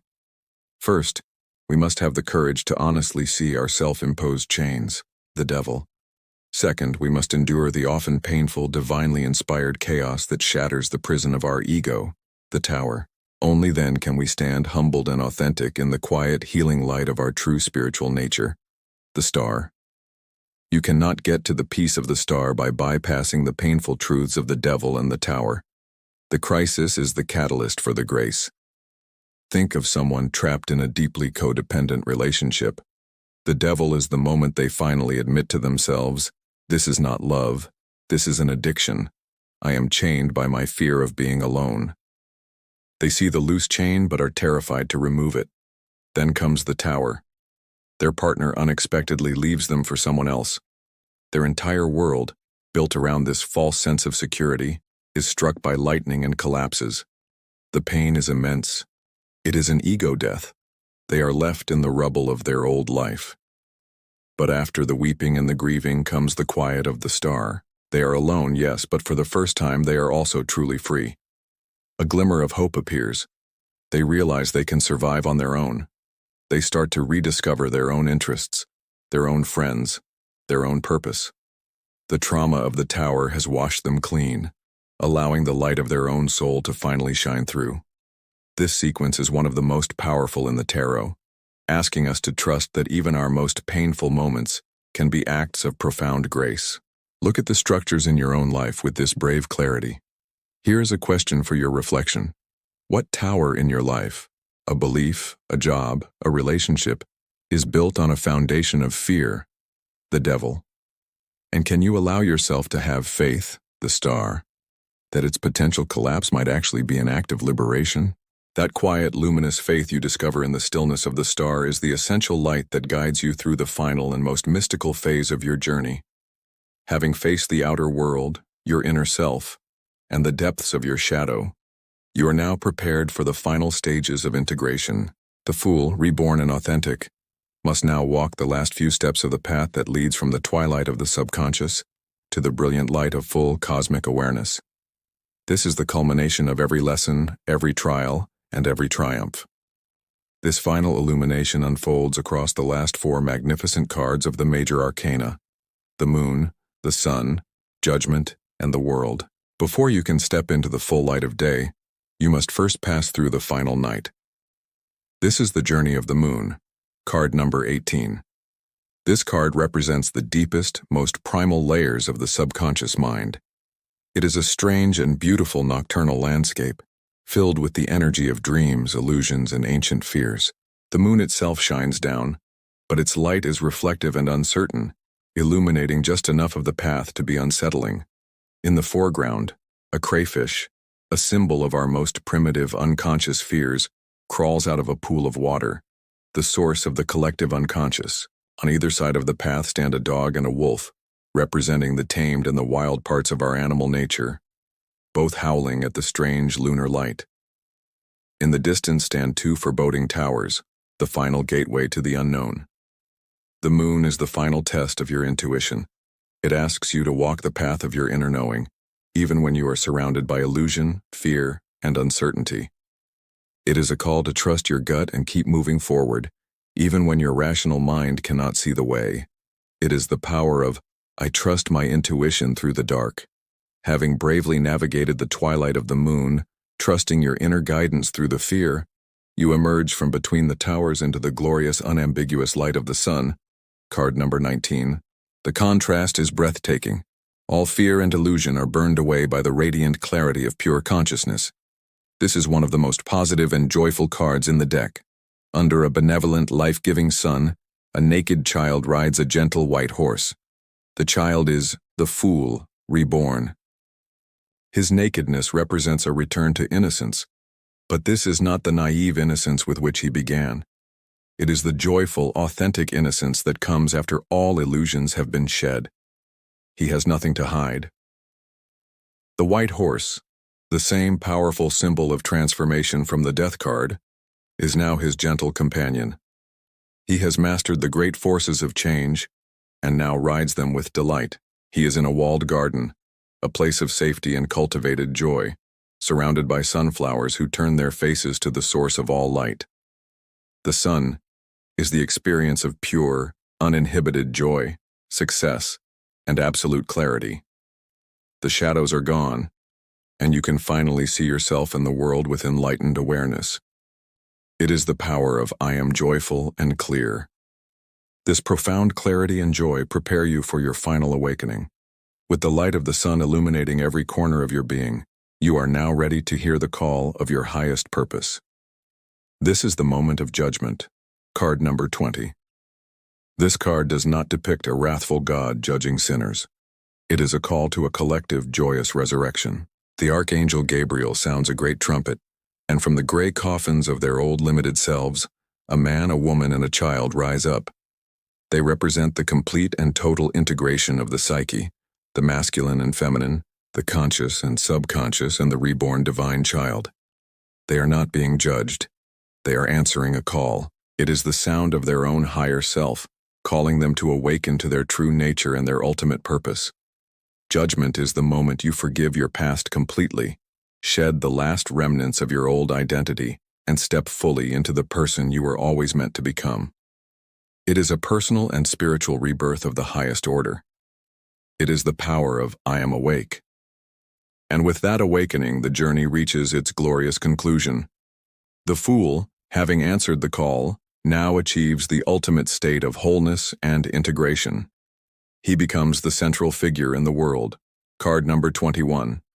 This card is a celebration of completion, a cosmic dance of joy. Hence, in the center, a beautiful androgynous figure dances, holding two wands, signifying the complete mastery and integration of the magician's power. They are surrounded by a large laurel wreath, a symbol of victory and success. The wreath is in the shape of a 0, the number of the fool, reminding us that every ending is simply the beginning of a new journey on a higher level.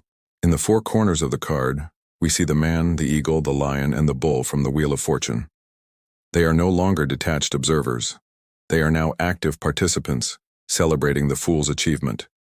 He has mastered the four elements and is in perfect harmony with the entire cosmos.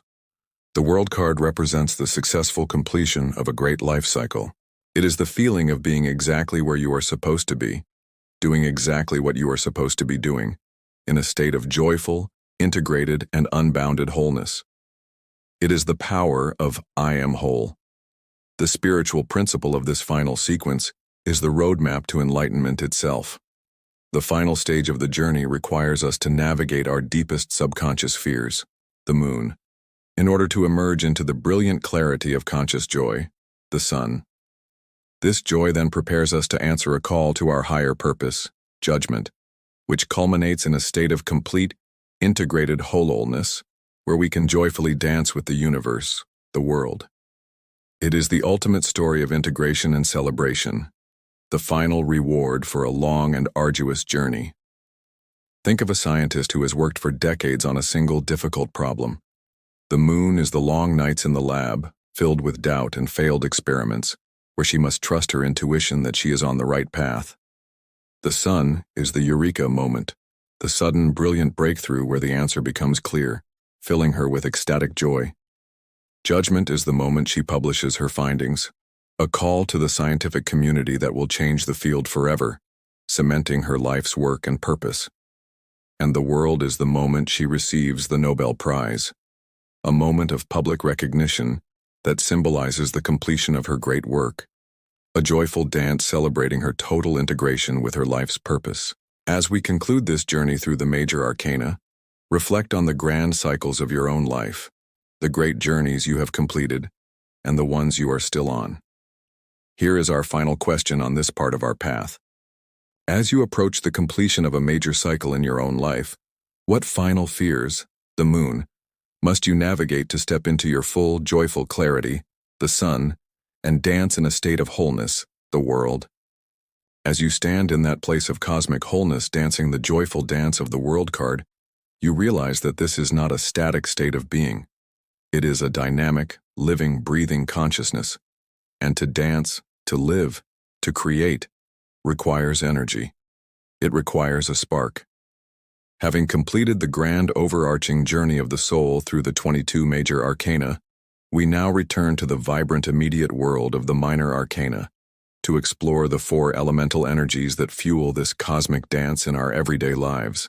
We will begin with the most primal, the most energetic, the very spark of creation itself, the element of fire, embodied in the passionate and dynamic suit of wands.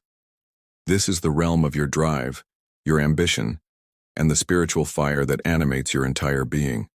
The suit of wands corresponds to the element of fire.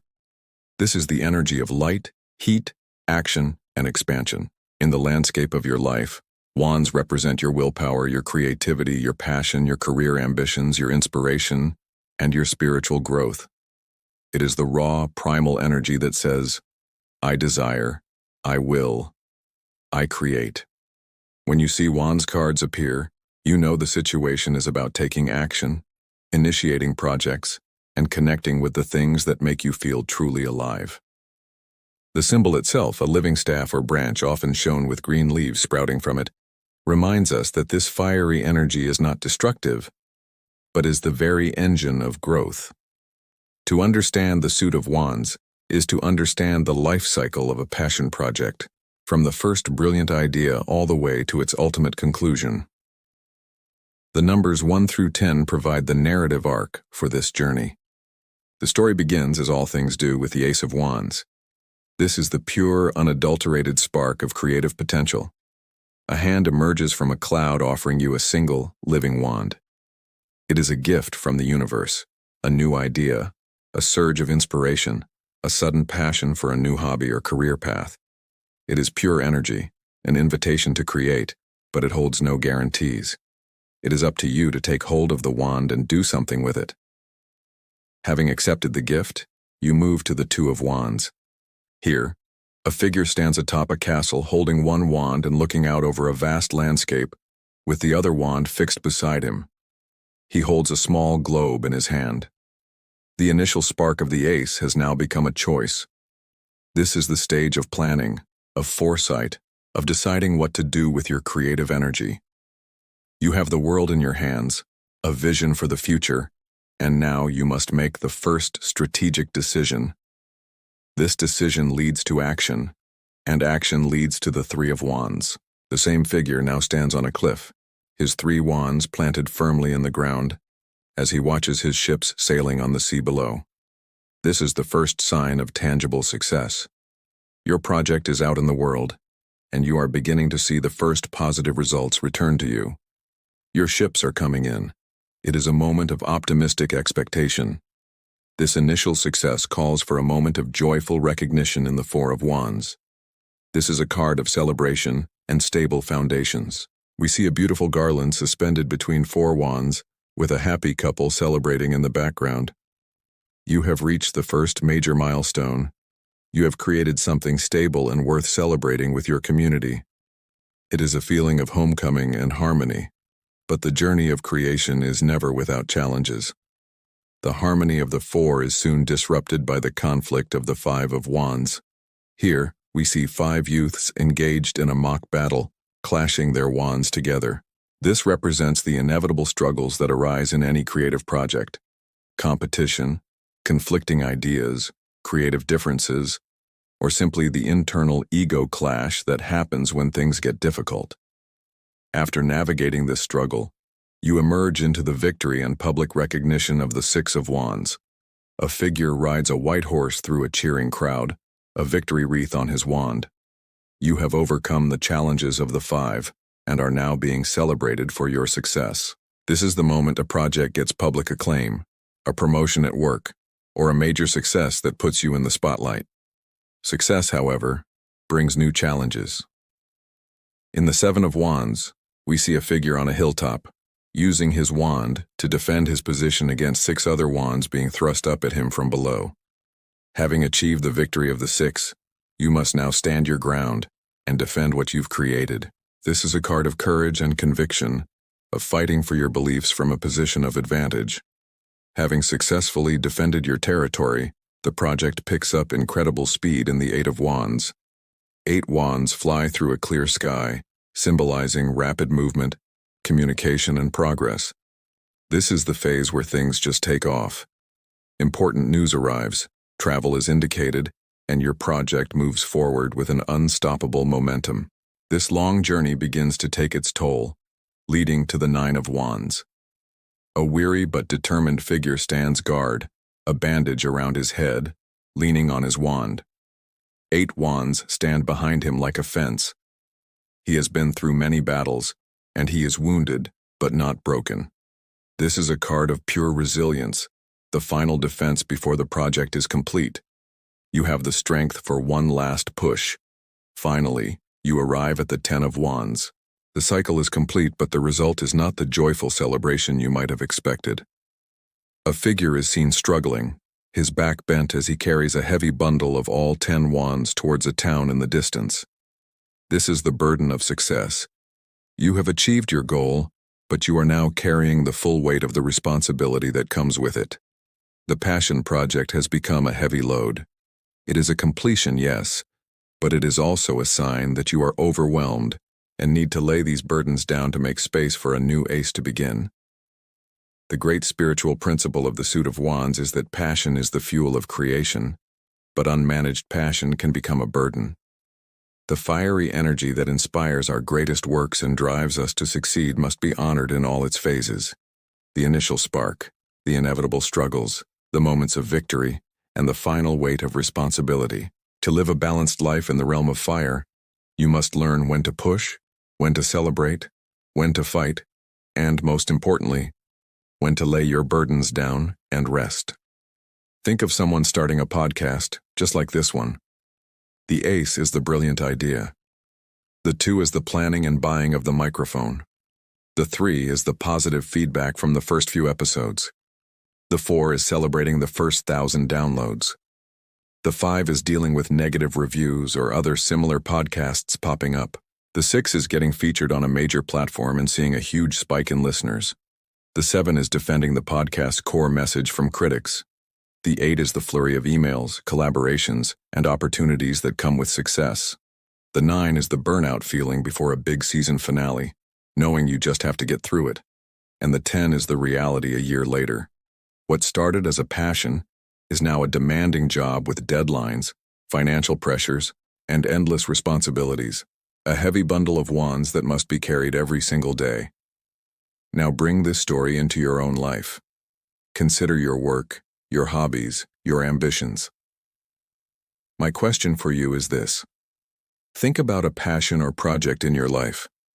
Where are you in the story of the wands, and are you currently fueling your fire or feeling burdened by it? After journeying through the fiery, action-oriented realm of the wands with all its passion, conflict, and ambition, you might be left feeling either exhilarated or exhausted. A life lived solely in the element of fire is one of constant striving that eventually leads to the burnout of the 10 of Wands. The ancient wisdom of the elements teaches us that to balance this radiant outward energy, we must turn inward. We must immerse ourselves in the complementary and healing realm of water. If wands are the story of what we do, the suit of cups is the story of how we feel. This is a journey into your own inner landscape, the world of your emotions, your relationships, your intuition, and your heart's deepest connections. This is the sacred, reflective, and life-giving flow of the cups. The suit of cups corresponds to the element of water. Think of the nature of water. It is fluid, deep, receptive, and it seeks connection. In the story of your life, the cups represent the entire spectrum of your emotional experience. The energy here is I feel. This suit governs love, joy, friendship, family, sorrow, grief, healing, and intuition. When Cups cards appear in a reading, the universe is inviting you to pay attention to your feelings, to connect with your intuition, and to nurture your most important relationships. The focus shifts from the external world of achievement to the internal world of connection. The journey through the 10 cards of the Cups tells the beautiful and sometimes painful story of the heart's path to fulfillment. The story begins with the Ace of Cups. A divine hand emerges from a cloud, offering a single cup from which 5 streams of water overflow, representing the 5 senses. A dove, symbolizing spirit, descends to place a sacrament into the water. This is the pure, unbridled potential for love. It is a new beginning in the emotional realm, a new relationship, a surge of compassion, a deep intuitive opening, or the beginning of a profound spiritual experience. It is a gift of grace from the universe, an invitation to open your heart. This opening leads to the beautiful connection of the Two of Cups. Here, a man and a woman stand face to face, formally exchanging cups as if making a sacred pledge. Above them, a caduceus with a lion's head rises, a symbol of healing, negotiation, and passion. This card represents a true meeting of hearts. It is the beginning of a partnership, a deep friendship, or a romance built on mutual respect and emotional connection.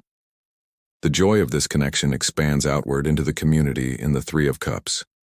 Three women, often seen as the Three Graces, dance in a circle, raising their cups in a toast. They are surrounded by a bountiful harvest.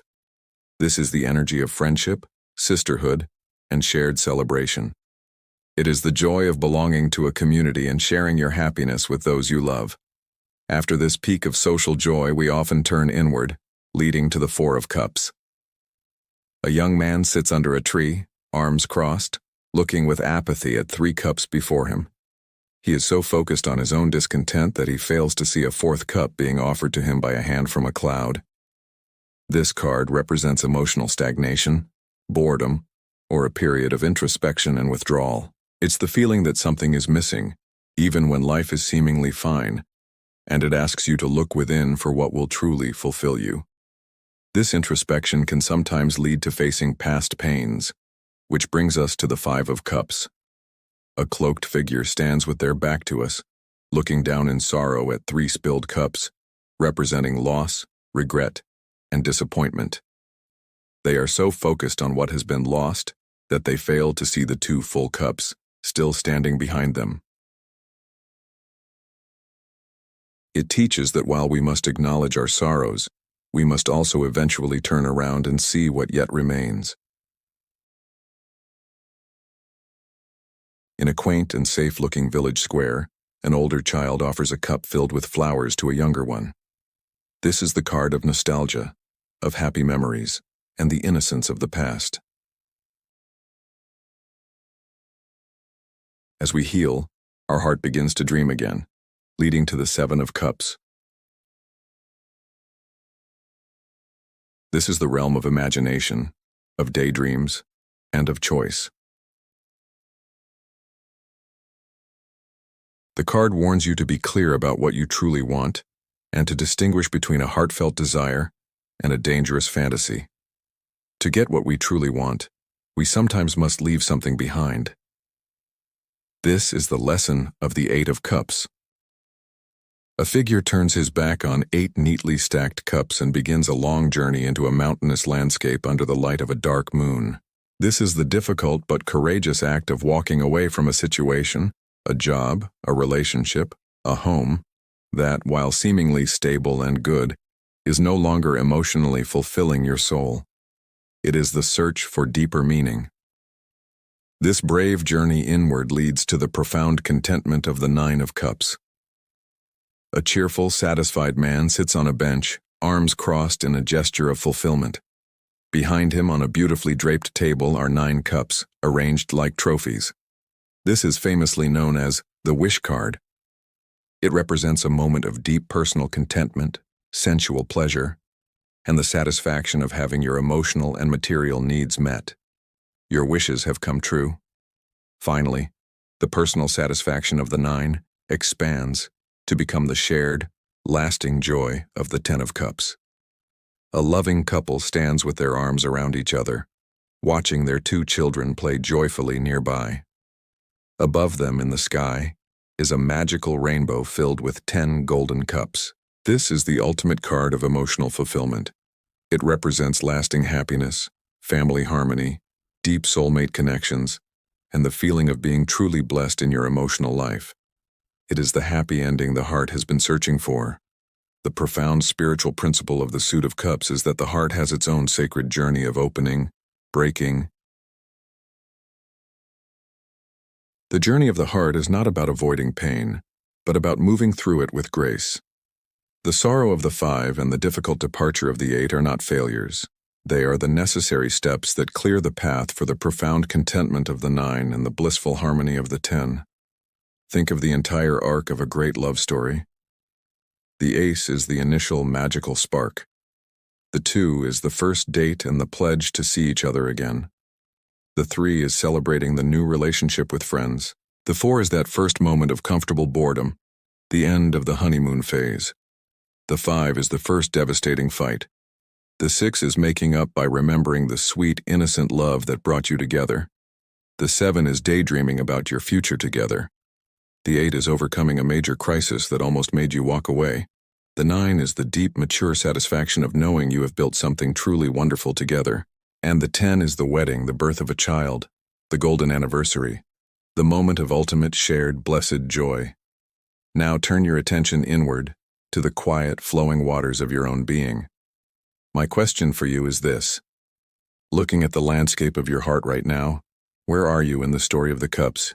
Are you opening to new feelings, grieving a loss, or celebrating a connection? As we journey through the deep, flowing, and sometimes mysterious waters of the Suit of Cups, we connect with the profound wisdom of our heart. But to live a balanced life, the wisdom of the heart must be allied with the clarity of the mind. Our emotions, if left unexamined, can become a confusing and overwhelming sea. To navigate these waters effectively, we need a different kind of tool, not a receptive cup, but a discerning blade. We must rise from the depths of the water into the clear, sharp realm of the air. This brings us to the most challenging, most misunderstood, and yet one of the most essential suits in the tarot, the Suit of Swords. Many readers fear the swords, seeing them as a collection of cards about pain, conflict, and sorrow. But our purpose here is to reframe that understanding. The Suit of Swords is not a suit of negativity, it is the suit of truth. And the path to truth, as we all know, is rarely an easy one. The Suit of Swords corresponds to the element of air. This is the realm of your intellect, your thoughts, your beliefs, your communication, and your strategies. The energy here is, I think. The sword itself is a perfect, if formidable, symbol. It is a tool of human creation, forged in fire and tempered to be strong and sharp. A sword is double-edged. It can be used as a tool of liberation, to cut through confusion, to defend noble ideas, and to establish justice. But it can also be used as a weapon to inflict pain, to create separation, and to enforce tyranny through harsh words and cruel logic. The journey through the Suit of Swords is the story of learning how to wield the power of our minds with wisdom, integrity, and courage. It is a difficult curriculum, filled with challenges that are designed to bring us, ultimately, to a state of profound mental clarity. The journey begins with a gift of that very clarity in the Ace of Swords. A hand from a cloud holds a single upright sword, a crown of victory upon its tip. This is a moment of pure breakthrough. It is the aha moment when a brilliant new idea cuts through all confusion. It is the power of truth revealed, a decision made with absolute clarity, or the beginning of a quest for justice. The Ace of Swords offers you the power to see the world without illusion, but this gift of truth is not always welcome. The Two of Swords shows a blindfolded woman sitting before a calm sea, defensively crossing two heavy swords over her heart. The clarity of the ace is now met with resistance.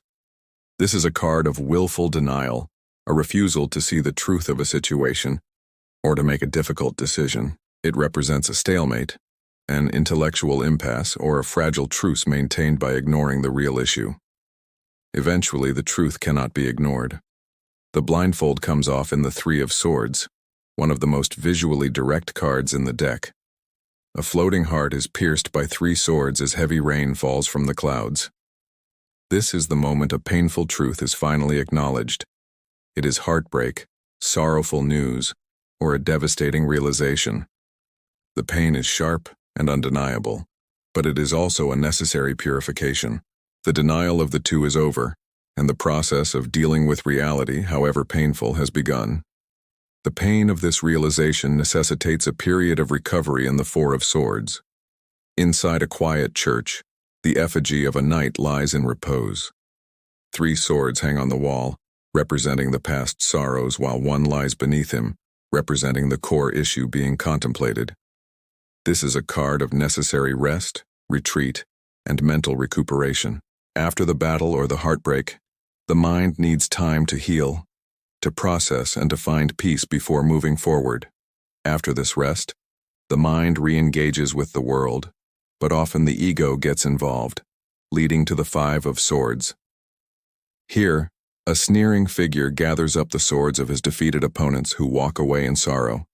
This is the card of conflict where winning comes at too high a cost. It represents bullying, ego-driven arguments, ambition that disregards the feelings of others, and the hollow victory that leaves you alone. It is the mind used as a weapon to dominate. Realizing the futility of such conflict, the journey shifts to one of transition in the Six of Swords. A woman and child sit in a small boat, being ferried away from a troubled past toward a calmer shore. 6 swords are planted in the boat, representing the mental baggage they are carrying with them. This is a sorrowful but hopeful card. It is the act of consciously moving away from mental turmoil or a difficult situation toward a place of greater peace and clarity. The journey continues with the 7 of Swords. A figure is seen sneaking away from an enemy camp, carrying 5 swords, while looking back at 2 left behind. This is a complex card of strategy, and sometimes deception. It can represent the need to use your intellect in an unconventional or solitary way to think outside the box. It can also be a warning of dishonesty, of someone not playing by the rules, or of not being able to take everything with you as you move forward. The internal landscape of the mind becomes the focus in the 8 of Swords. A woman stands loosely bound and blindfolded, surrounded by 8 swords that are planted in the ground around her. Crucially, they do not form a solid cage, and her bonds are not tight. She feels trapped and powerless, but the path to freedom is clear if she could only remove her blindfold and see it. This is a powerful card about the prison of our own limiting beliefs, anxieties, and victim mentality. This feeling of being trapped can escalate into the deep mental anguish of the 9 of Swords. A figure sits bolt upright in bed, head in hands, in a gesture of utter despair and grief. 9 swords hang menacingly on the dark wall behind them.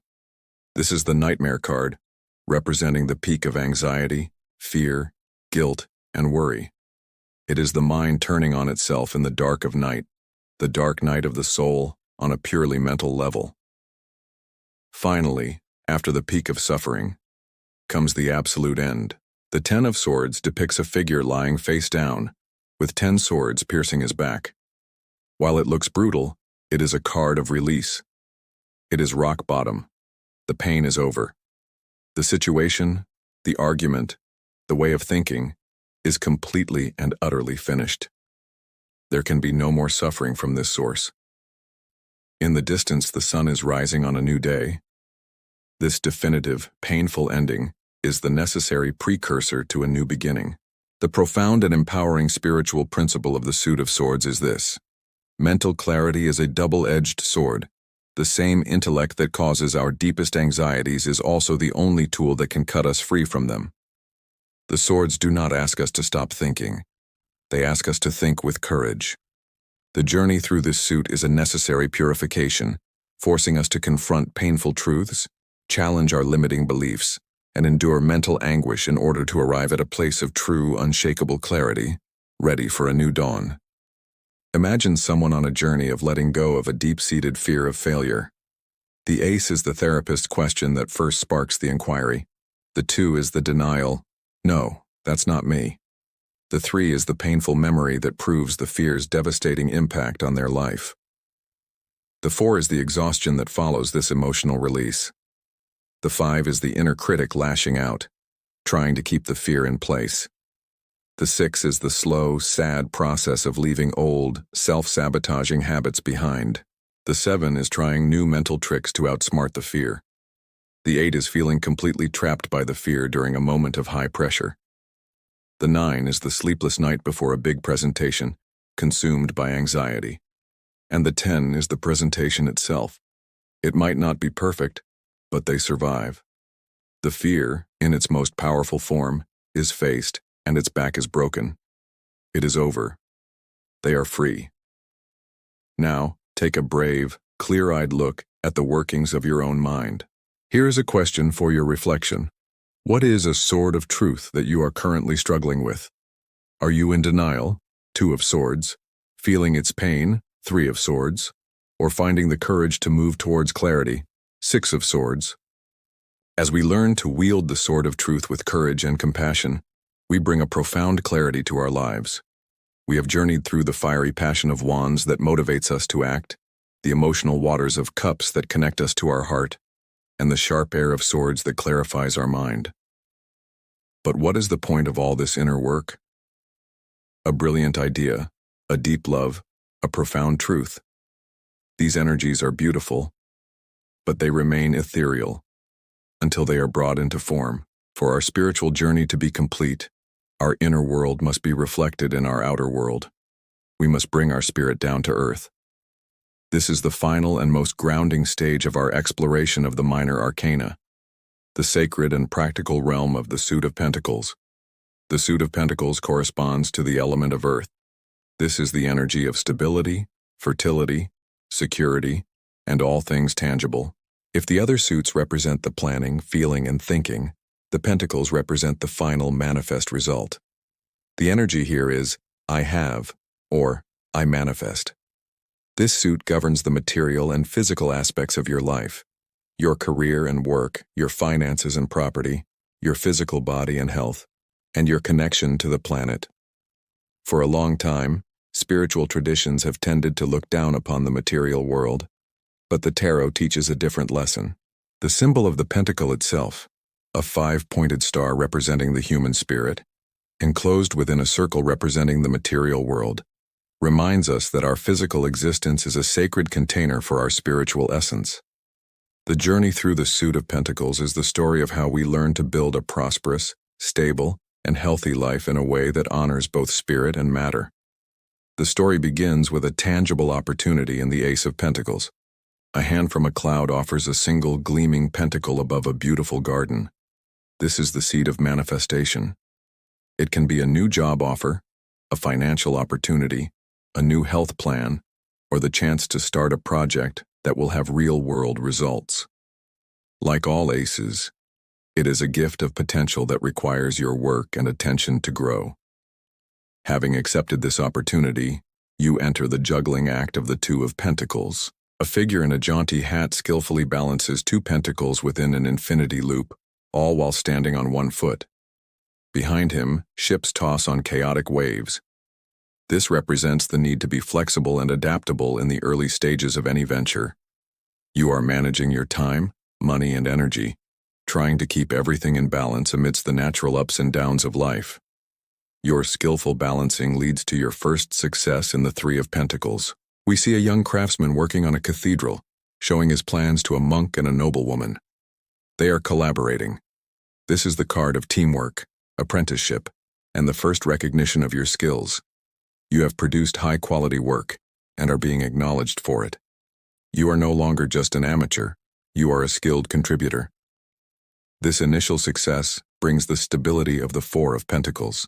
A kingly figure sits on a stone block, clutching a pentacle to his chest, balancing another on his crown and pinning two more beneath his feet. He has achieved material security, but at a cost. He has become rigid, possessive, and afraid of change. This is a cautionary card about the danger of hoarding your resources and confusing financial stability with true, abundant wealth. The rigid stability of the Four is often shattered by the test of the Five of Pentacles. Two impoverished, ailing figures trudge through the bitter snow, passing by the warm, stained glass window of a church. This is the card of material hardship. It can represent financial loss, unemployment, poor health, or feeling like an outcast, excluded from the warmth and security of society. It is a difficult test of faith and resilience. After the hardship of the Five, balance is restored in the Six of Pentacles. A wealthy merchant is shown giving coins to two beggars, while holding a perfectly balanced scale in his other hand. This card represents the flow of resources. It can mean receiving a much-needed loan or gift, or it can mean being in a position of abundance where you can be generous to others. It is about charity, paying and receiving debts, and the restoration of financial equilibrium. With stability restored, it's time for a long-term assessment in the Seven of Pentacles. A farmer leans on his hoe, patiently looking at the 7 pentacles growing like fruit on the bush he has cultivated. He has done the hard work, and now he must wait for the full harvest. This is a card of patience, of evaluating your progress, and of understanding that long-term sustainable growth takes time. The patient work continues in the 8 of Pentacles. A young apprentice sits at his workbench, diligently carving a pentacle. 7 other pentacles are already completed and displayed. This is the card of craftsmanship, dedication, and skill development. It is about being fully engaged in your work, paying attention to detail, and finding quiet satisfaction in mastering your craft. This diligent mastery leads to the refined and independent success of the 9 of Pentacles. A beautifully dressed woman stands alone in her magnificent garden, surrounded by 9 pentacles growing on the vine. A hooded falcon, a symbol of intellect and control, rests on her gloved hand. She has achieved wealth and success entirely through her own efforts and is now enjoying the fruits of her labor in a state of graceful self-sufficiency. Finally, the personal success of the 9 expands to become the communal and lasting success of the 10 of Pentacles. In the archway of a great estate, we see a full family scene. A wise old patriarch sits with his dogs, watching his children and grandchildren. 10 pentacles are arranged over the scene in the pattern of the Kabbalistic tree of life. This is the ultimate material achievement. It is not just personal wealth, but generational wealth, family security, tradition, and a lasting legacy that will provide for others long after you are gone. The great spiritual principle of the suit of pentacles is that the material world is not separate from the spiritual world. It is the canvas upon which our spiritual growth is made manifest. Creating a life of stability, health, and prosperity is a deeply spiritual act.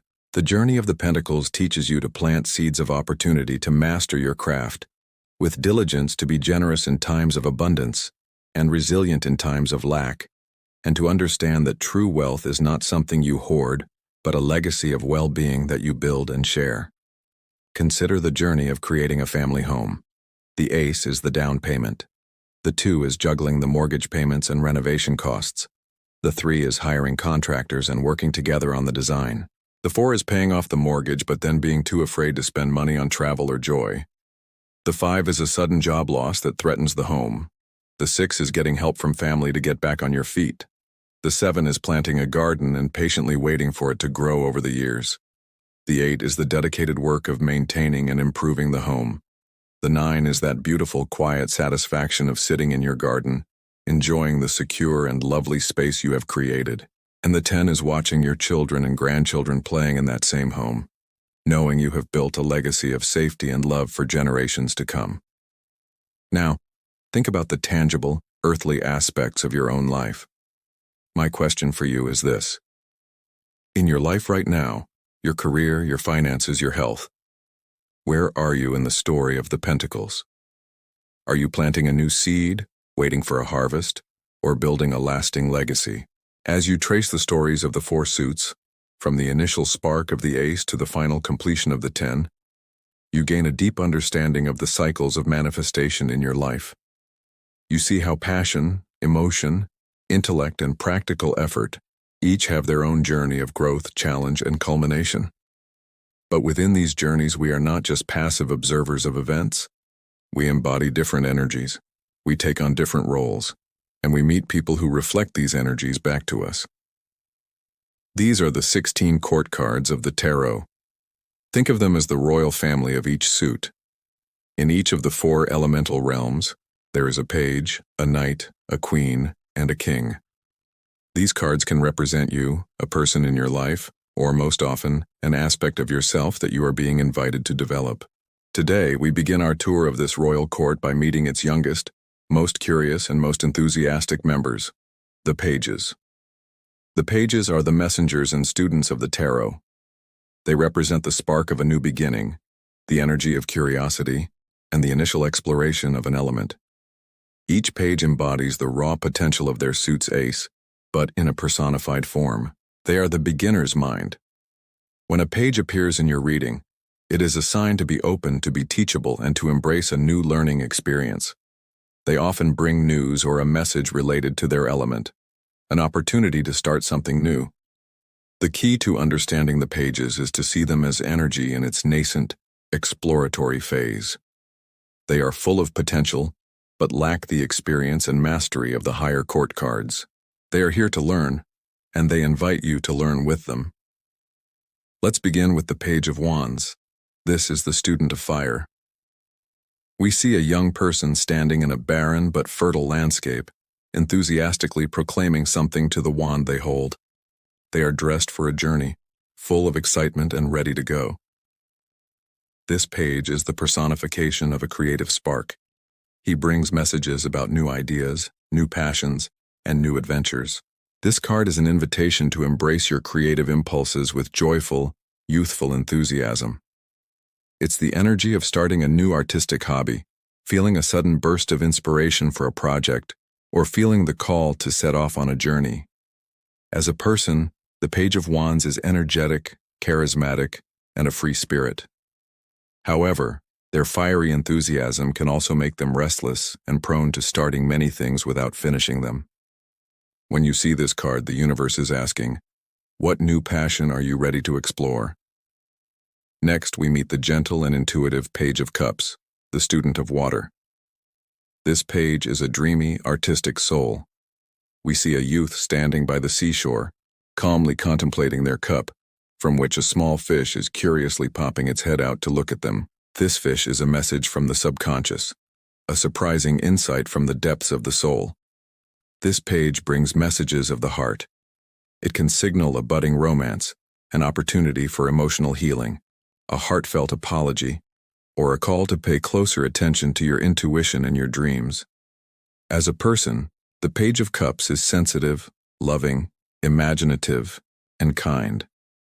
Their challenge is that they can be emotionally naive or prone to getting lost in daydreams. This card is a gentle nudge from the universe to open your heart to a new feeling or to listen to the quiet, sometimes quirky, messages of your intuition. From the heart, we move to the mind with the Page of Swords, the student of air. This page is alert, curious, and ready for action. We see a young person standing on a windy hilltop holding their sword at the ready. The clouds are turbulent, and their body language is watchful.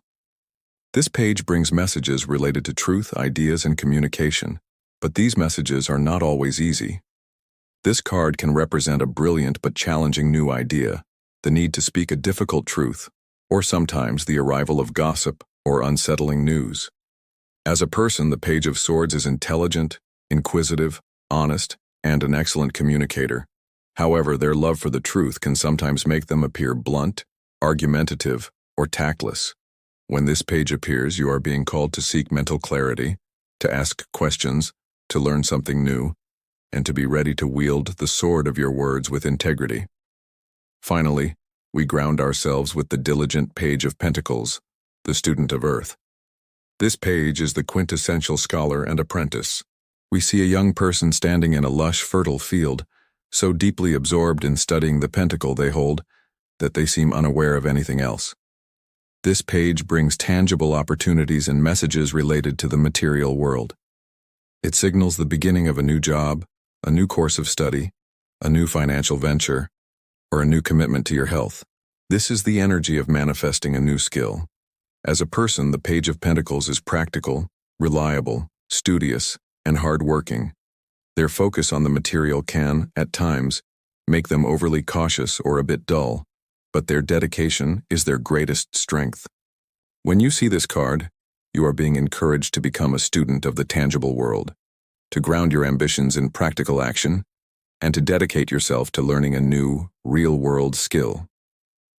The beautiful spiritual principle that unites all four pages is this: every great mastery begins with a humble and curious student.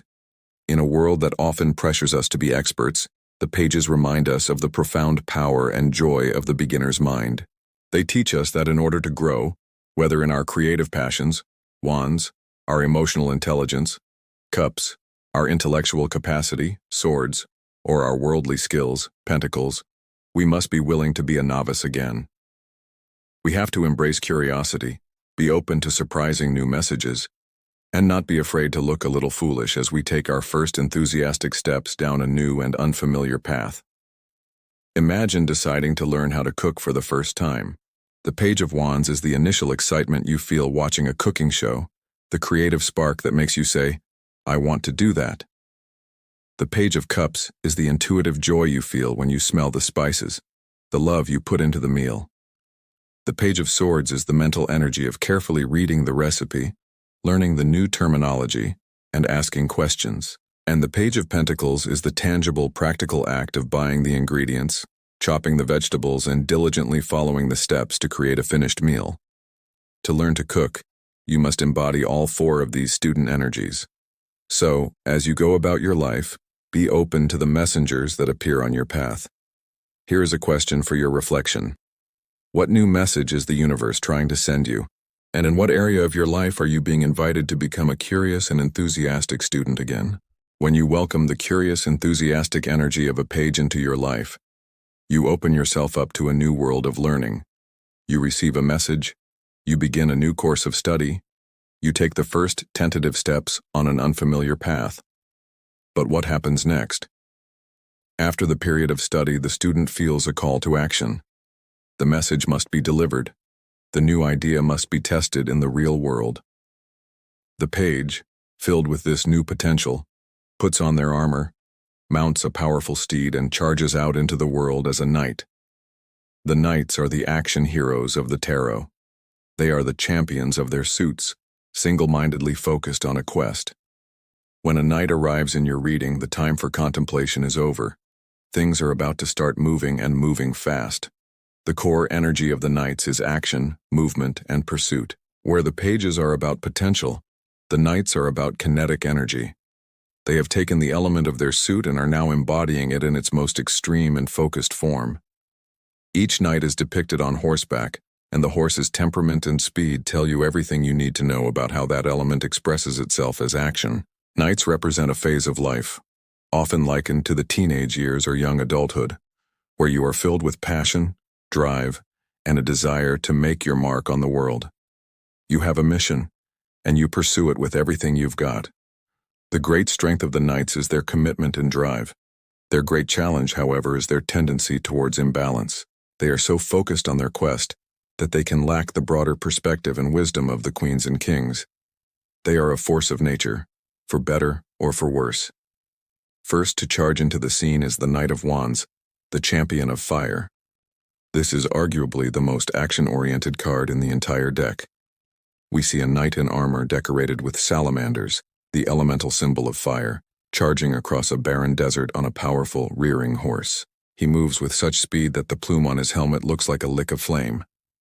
This knight is pure, unbridled, passionate action. He represents moving house, changing careers on an impulse, setting off on a spontaneous adventure, or launching a creative project with an explosive burst of energy. As a person, he is charismatic, adventurous, fun, and inspiring. He is the person who can get anyone excited about a new idea. However, his fiery nature also makes him impulsive, restless, and prone to acting before he thinks. He is all acceleration and no brakes. When he appears, be ready for rapid, exciting, and perhaps a little chaotic change. In stark contrast, we meet the Knight of Cups, the champion of water.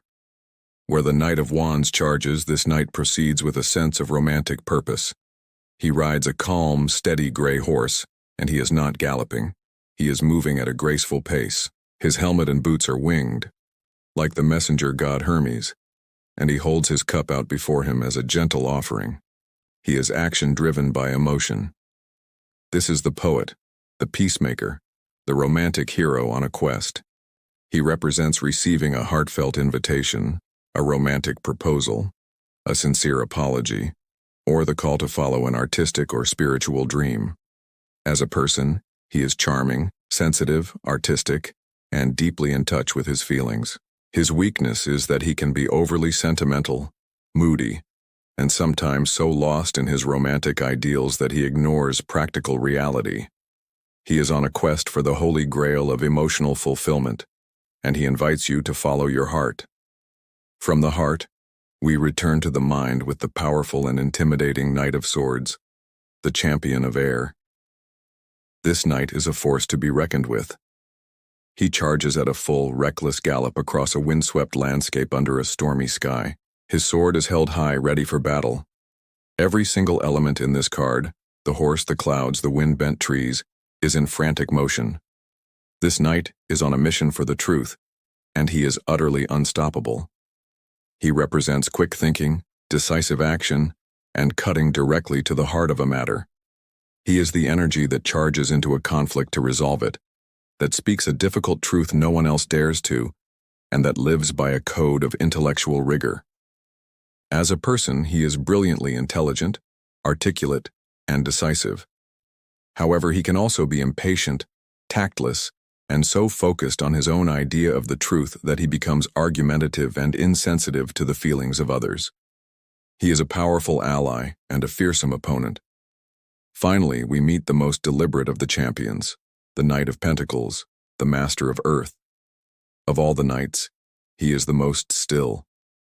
He sits solidly atop a powerful black draft horse that is standing completely stationary in a freshly plowed field. He is not looking forward to his destination. His entire focus is on the single pentacle he holds in his hands. His action is not about speed, but about dedication and methodology. He represents a commitment to a long-term project, the patient execution of a well-thought-out plan, and the daily grind of the work that needs to be done. As a person, he is hardworking, reliable, patient, and incredibly thorough. He is the person you can always count on to get the job done right. His challenge is that he can be slow, stubborn, resistant to change, and so focused on the mundane details that he misses the bigger picture. His quest is one of earthly perfection, and he knows it cannot be rushed.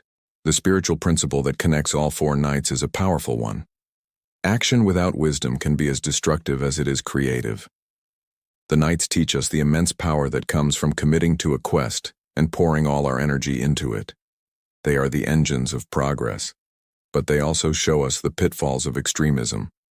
The Knight of Wands can burn out. The Knight of Cups can get lost in fantasy. The Knight of Swords can create devastation in his wake. The Knight of Pentacles can get stuck in the mud. Their lesson is to honor the drive, the passion, and the commitment they represent, but to learn to temper it with the holistic wisdom and balance that we will soon meet in the Queens and Kings. Imagine 4 people are tasked with assembling a piece of furniture. The Knight of Wands rips open the box and starts putting it together with pure energy, ignoring the instructions.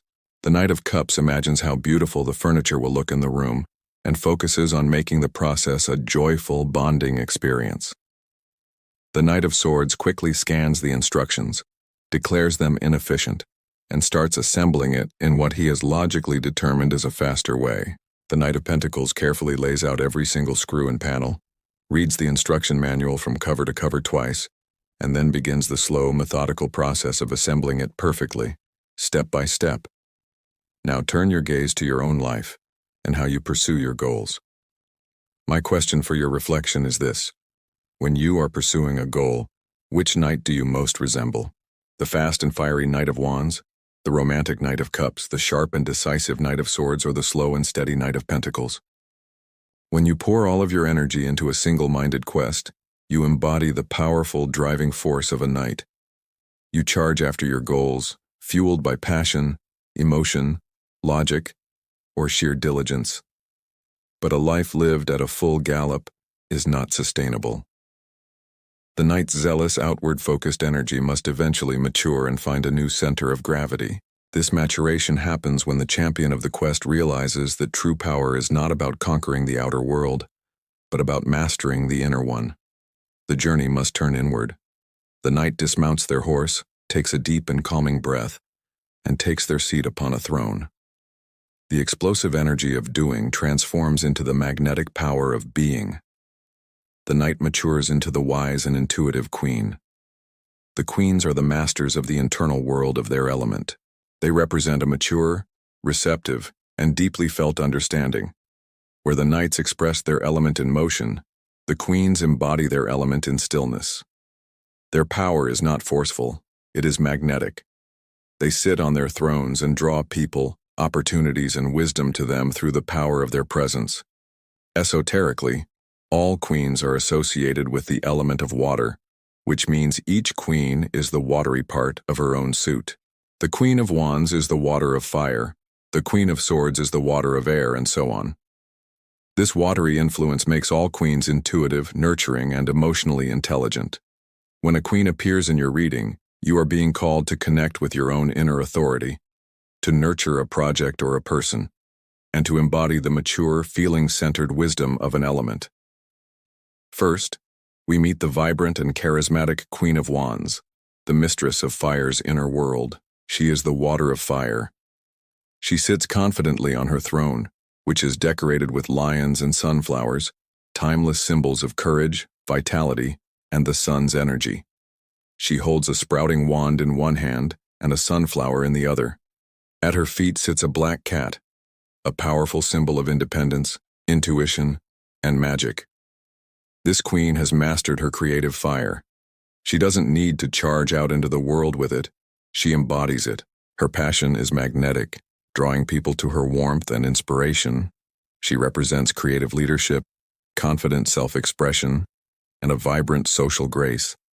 As a person, she is the entrepreneur who leads with passion, the engaging hostess who is the life of the party, the person whose courage and optimism are simply contagious.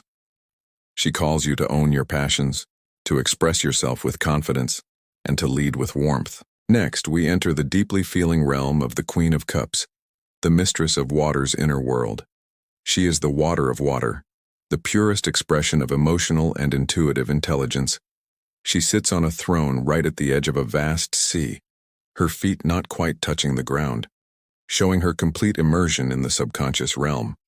Her throne is decorated with images of cherubs and shells, symbols of love, and the ocean's mysteries. She is completely absorbed in contemplating a beautiful, ornate, and lidded cup which she holds in her hands. She is not offering it to anyone. She is communing with it.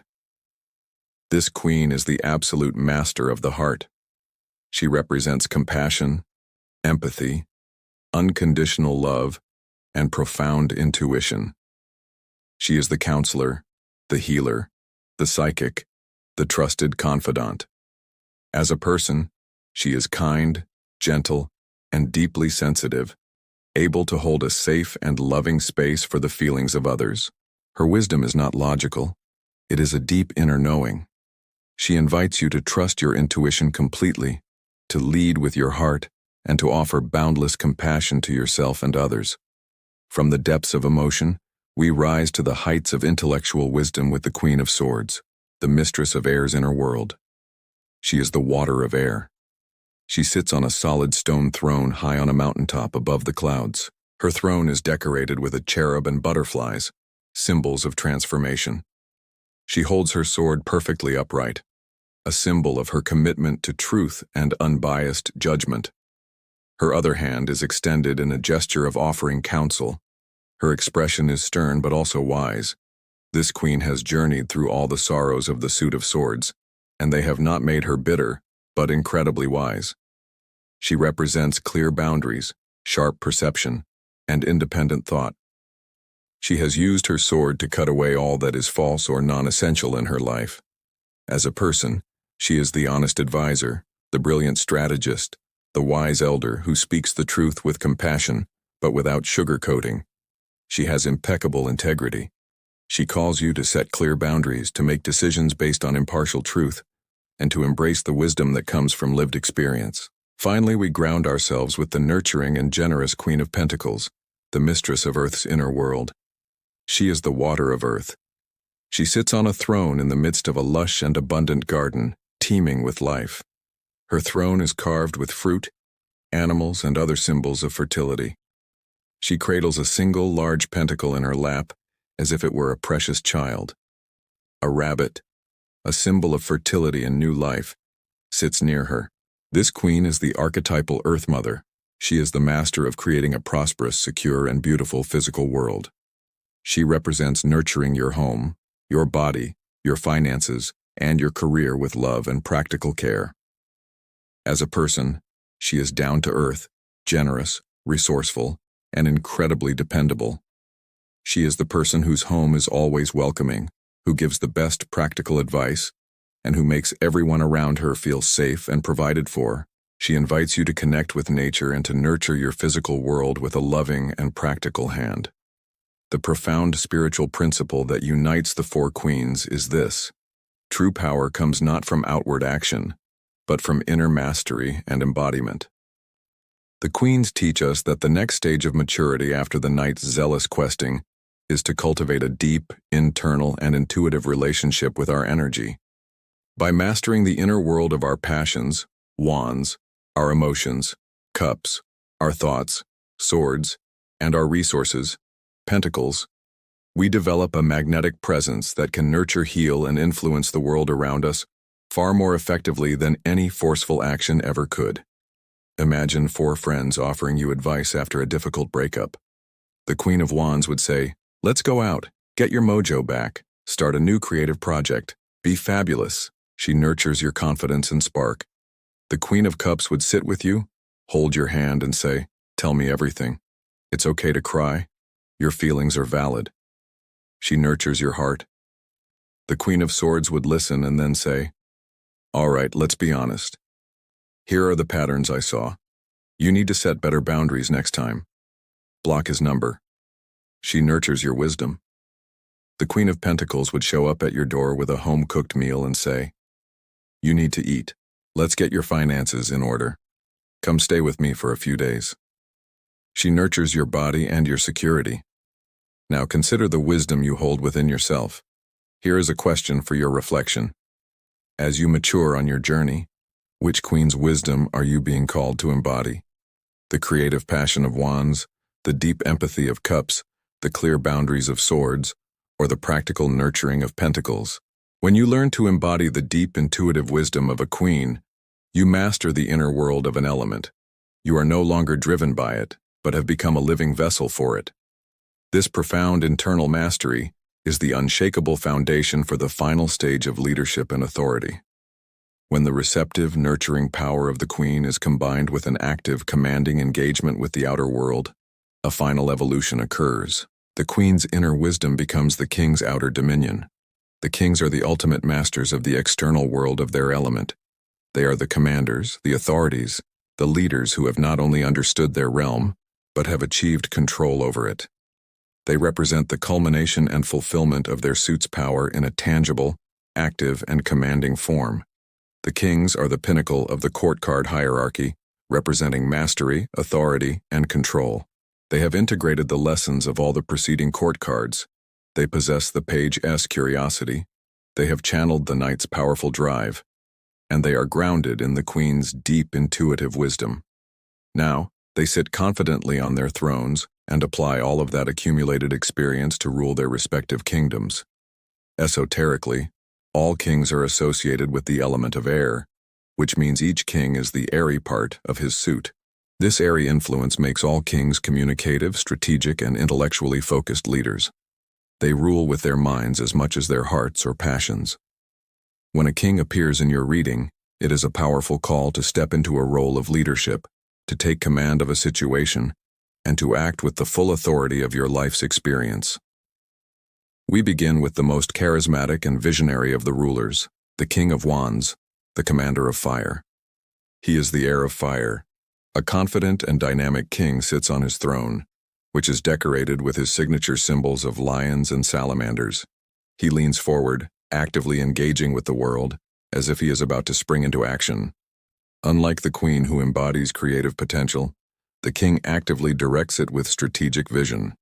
He is the master entrepreneur, the innovator, the visionary leader who doesn't just have a passion, but knows exactly how to turn that passion into a thriving enterprise.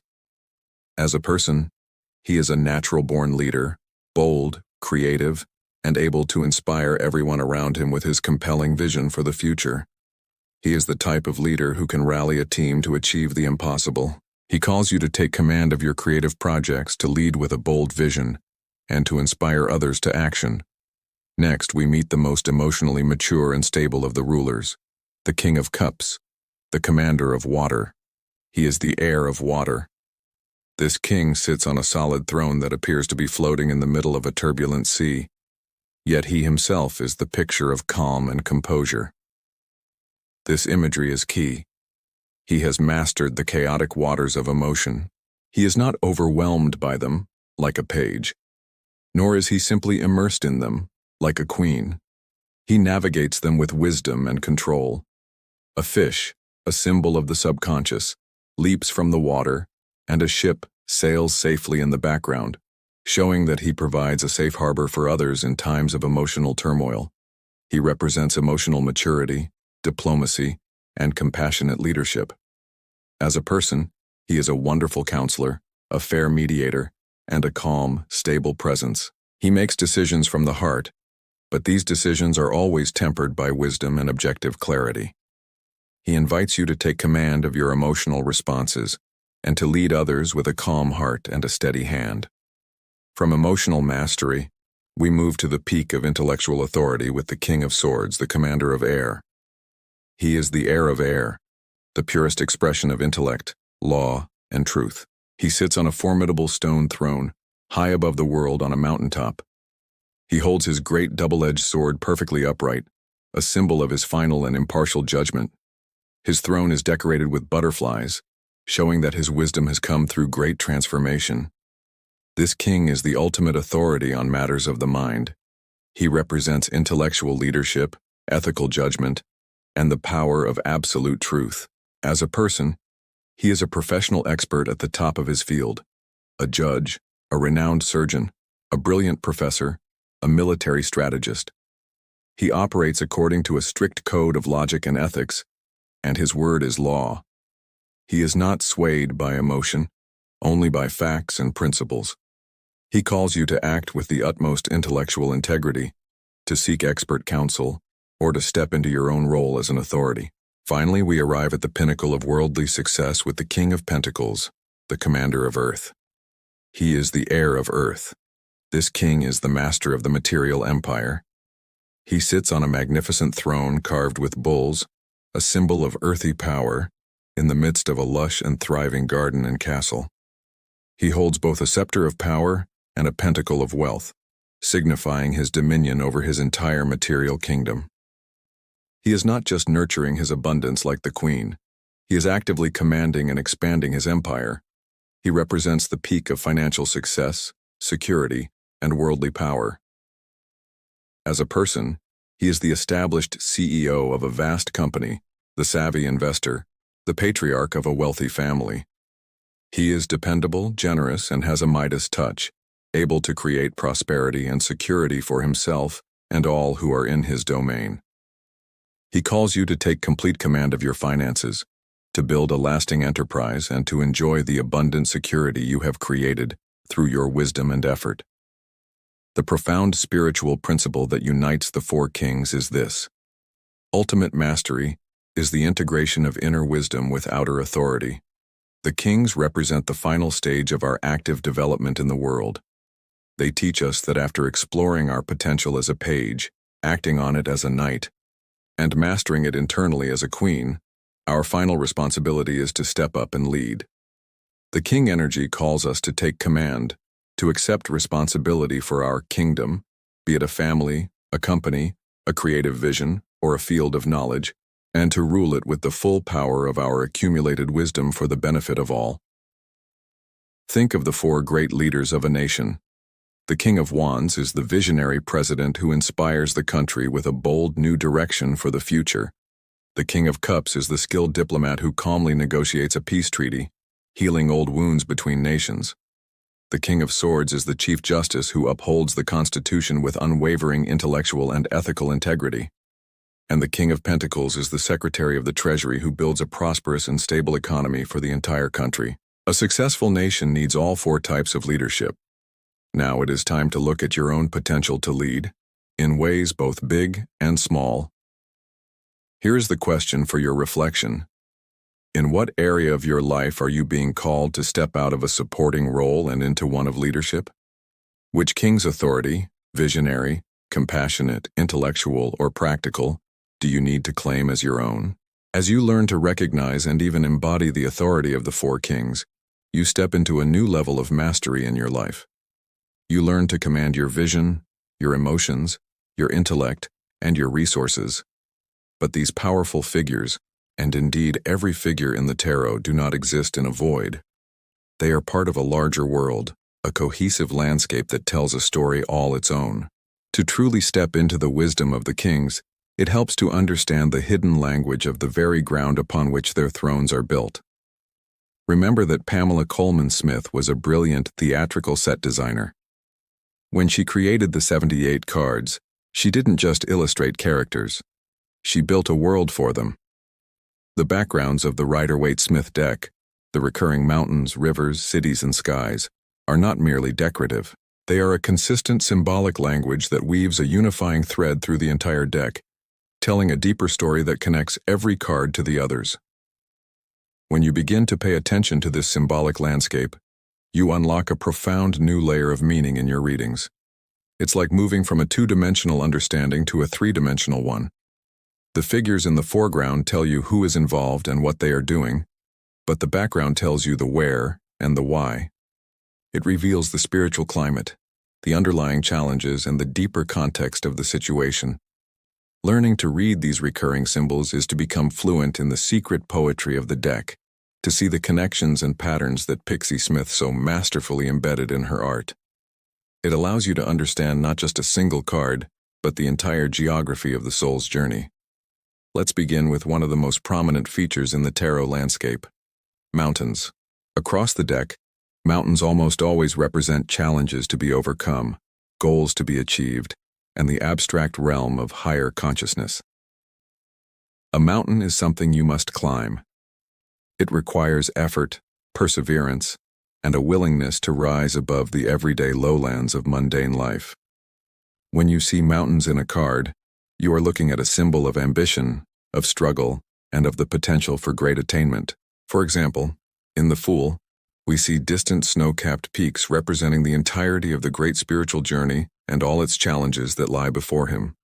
In the Eight of Cups, the figure deliberately turns his back on his emotional comfort zone to walk towards a rugged mountain range, signifying that he is consciously choosing a more difficult, but ultimately more spiritually rewarding path.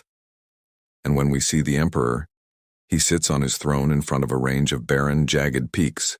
The message is clear. He is not daunted by these challenges. He has already conquered them.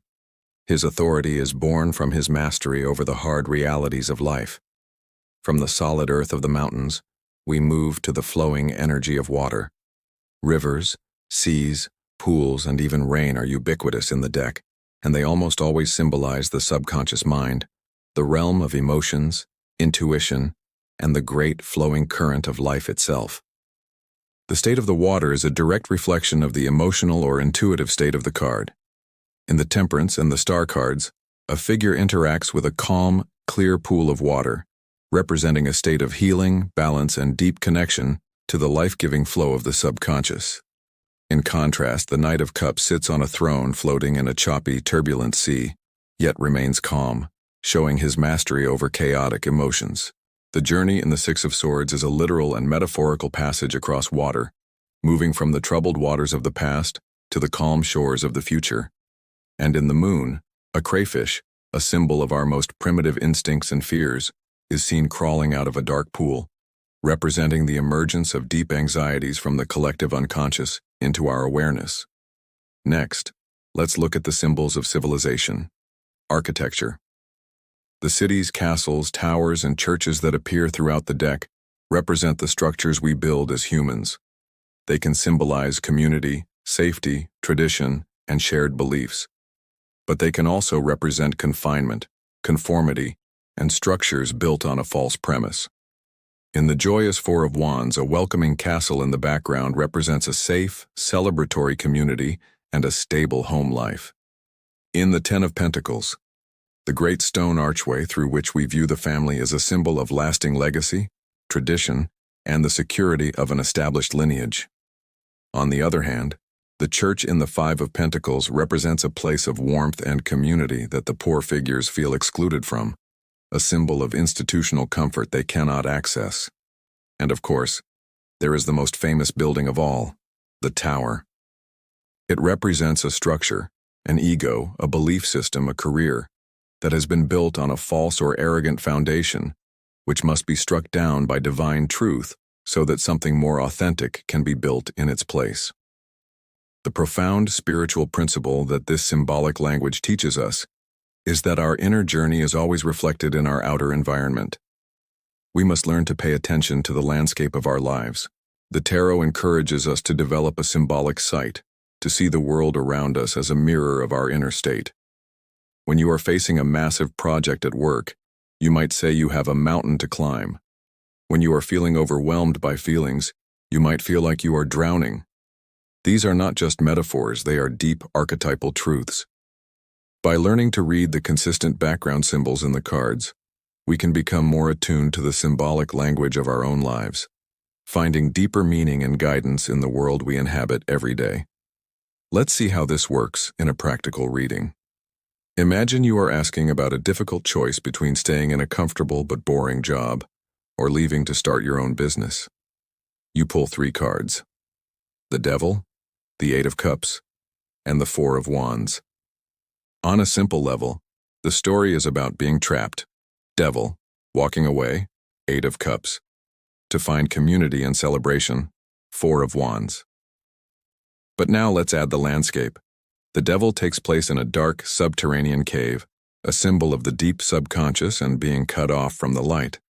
The figure in the 8 of Cups is walking away from a flat shoreline with calm water, easy emotions, and deliberately heading towards a difficult mountain range, a major challenge. And the 4 of Wands shows a celebratory scene with a beautiful, stable castle in the background, a safe, established community. The story is now much richer. You are feeling trapped in the darkness of your own self-imposed limitations, Devil in a cave. To break free, you must choose to leave your emotional comfort zone, the calm water, and consciously take on a much harder challenge, the mountains. The ultimate goal of this difficult journey is to find a place of true community and stable success, the castle. The symbols create a clear, narrative path from where you are to where you are going. So, the next time you sit with your cards, I invite you to try something new. Here is a question for your reflection. The next time you pull a card, ignore the central figure for a moment and just look at the background. What does the landscape, the sky, the ground, the water, tell you about the hidden emotional or spiritual climate of the situation? Once you begin to see the symbolic language in the landscape of the tarot, a whole new world of meaning opens up. You notice the journey towards the mountains, the passage across the water, the safety of the castle walls. You are reading the stage upon which the drama of the cards unfolds. Now we are going to add another layer of theatrical genius to our understanding: the lighting, the mood, and the costumes.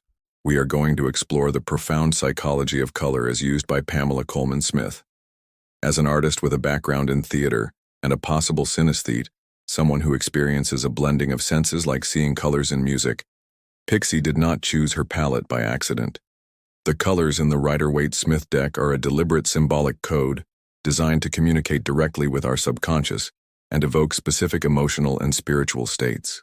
To learn this code is to learn how to feel the energy of a card, instantly. Color symbolism is an ancient language, one that our souls understand, even if our conscious minds do not. Different colors vibrate at different energetic frequencies and have a direct impact on our psychological state. Think of the calming effect of a soft blue sky, the energizing jolt of a bright red sports car, or the intellectual focus of a yellow legal pad. These are not just cultural associations. They are archetypal energies. Pixie Smith used a relatively simple palette of yellows, blues, reds, and grays, but she applied them with remarkable consistency and intention.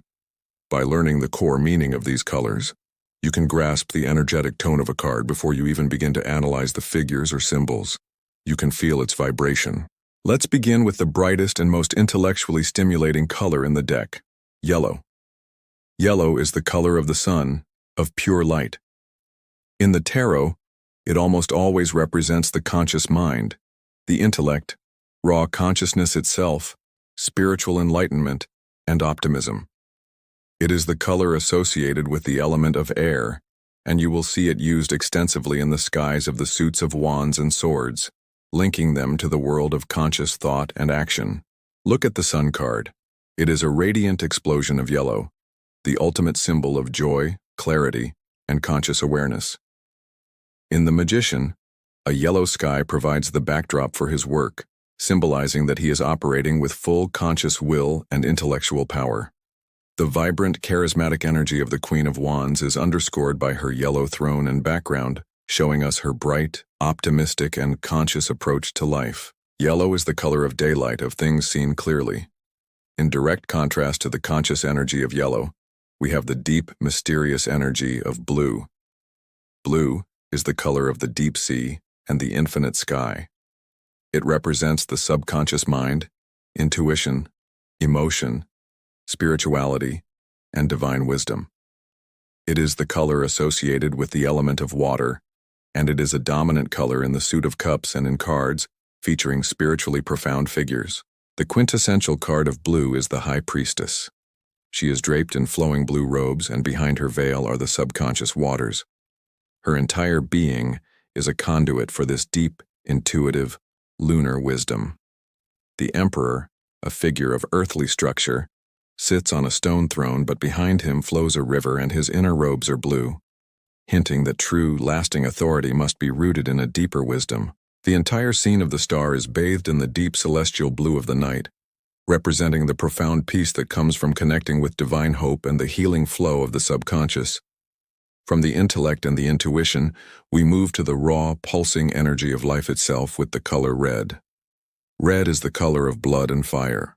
It is the most physically stimulating color, representing passion, vitality, energy, action, courage, and worldly desire. It is the color of the element of fire and is worn by figures of great power and passion. The magician wears a brilliant red cloak over his pure white tunic, symbolizing that his spiritual will is being directed towards passionate, worldly manifestation. Both the Emperor and the Empress wear prominent red robes, signifying their connection to the vitality and passions of life on earth.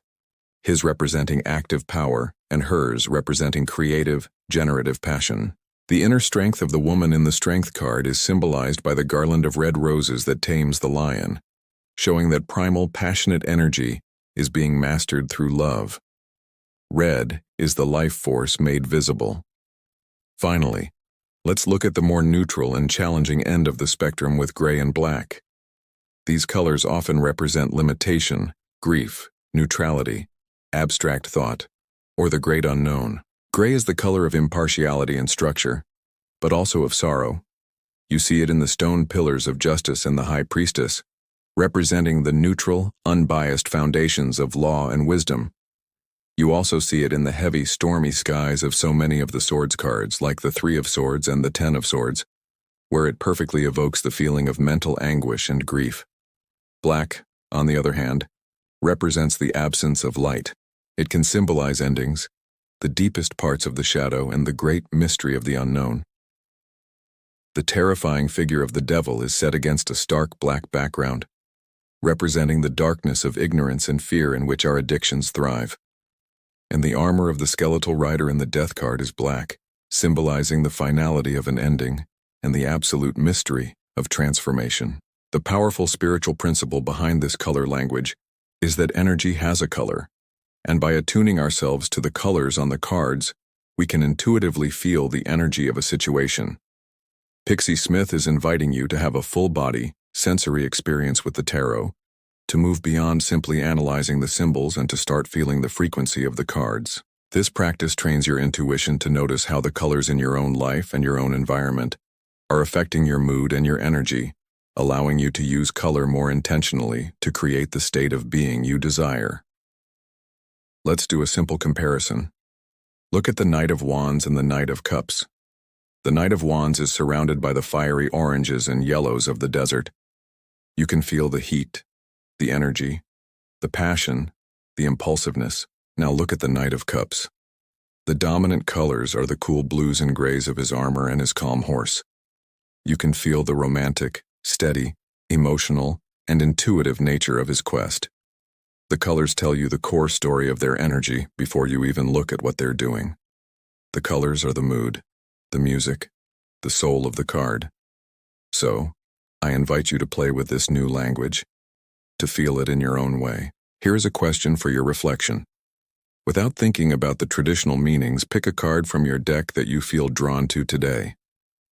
What is the dominant color, and what feeling or mood does that color evoke in you personally? As you learn to read the symbolic landscapes and feel the energetic vibration of the colors in the cards, your relationship with the tarot deepens. You begin to experience each card not as a static definition, but as a living, breathing world of meaning.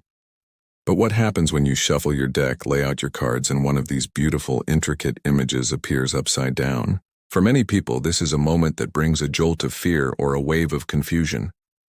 Reversed cards are often seen as bad omens, as the happy meaning of a card being twisted into its negative opposite. Today, we are going to completely reframe this relationship. We are going to flip our perspective on reversals and learn to see them not as warnings, but as powerful and compassionate invitations to look deeper into our lives and our souls. First, let's dismantle the old myths. The idea that a reversed card is simply bad or negative is a deeply disempowering way to read the tarot. It turns this beautiful tool of self-exploration into a source of anxiety, placing you in a passive role, waiting for a bad verdict. If the Sun card reversed simply meant unhappiness, it would be a dead end.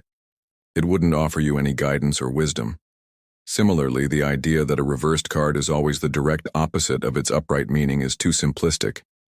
It misses the incredible nuance that reversals can offer. The Lovers reversed does not automatically mean a bad choice or a breakup.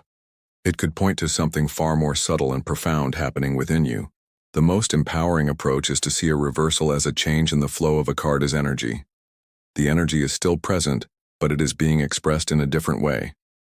So, how do we understand this change in flow? There are three main ways to think about the energy of a reversed card. It could be blocked, it could be internalized, or it could be delayed. Let's break these down. First, the energy might be blocked or resisted.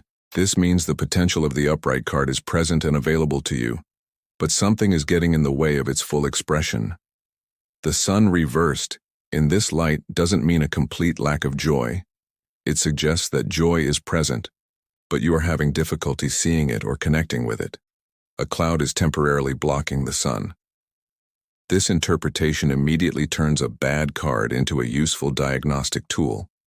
It invites you to ask the empowering question, what is blocking this beautiful energy in my life right now? The blockage could be an external circumstance, but more often than not, it is an internal limiting belief or fear. Second, the energy of the card might be internalized. This means the card's energy is being worked on privately, inwardly, or subconsciously, rather than being expressed out in the world. This is often a necessary and formative stage. For example, the Empress is all about nurturing and creative birth in the outer world. The Empress reversed could indicate a period of intense self-nurturing or of incubating a creative idea in private before it's ready to be born. It's not a lack of creativity, it's creativity in a gestational phase. This perspective invites the gentle question, how is this energy working within me right now, on a private level? Third, the energy of the card could be delayed or in need of review. This suggests that the time is not yet right for the card's energy to fully manifest. You may need to pause, reflect, and re-examine your approach before moving forward. The Eight of Wands upright is all about rapid progress and communication. Reversed, it doesn't mean everything will fail. It simply suggests that the rapid forward movement is currently delayed. There may be crossed wires or a need to rethink the plan. It's a cosmic yellow light asking you to slow down and review the situation before hitting the accelerator. This leads to the practical question. What do I need to re-examine or reconsider before this energy can move forward freely? Let's apply this to a few examples. Take the powerful Ten of Pentacles, the card of legacy and generational wealth. If you get it reversed, instead of panicking about losing all your money, you can ask, is the energy blocked? Perhaps there is a family conflict or a poor business foundation that is blocking the path to long-term security. Is the energy internalized?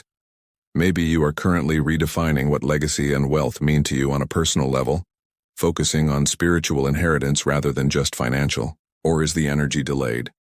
This simply suggests that the foundations for this ultimate security are not yet fully in place, and more patient, diligent work is required. Or consider a more challenging card, the Nine of Swords, the card of deep anxiety. Upright, it's about being actively tormented by fear. Reversed, this can be a very positive sign.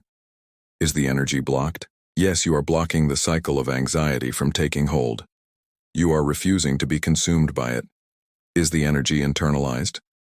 You are dealing with your fears, but you are not letting them overwhelm you. You are moving past the crisis point.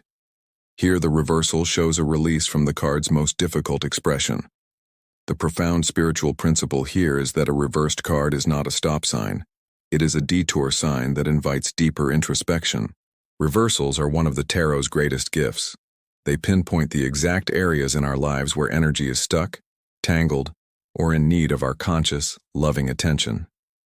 They transform the tarot from a simple divination tool into a dynamic system for self-awareness and healing. They call us to become active participants in our own lives, asking the curious questions that can unlock our own prisons. Imagine you are asking the tarot about a new business partnership, and you pull the Two of Cups reversed.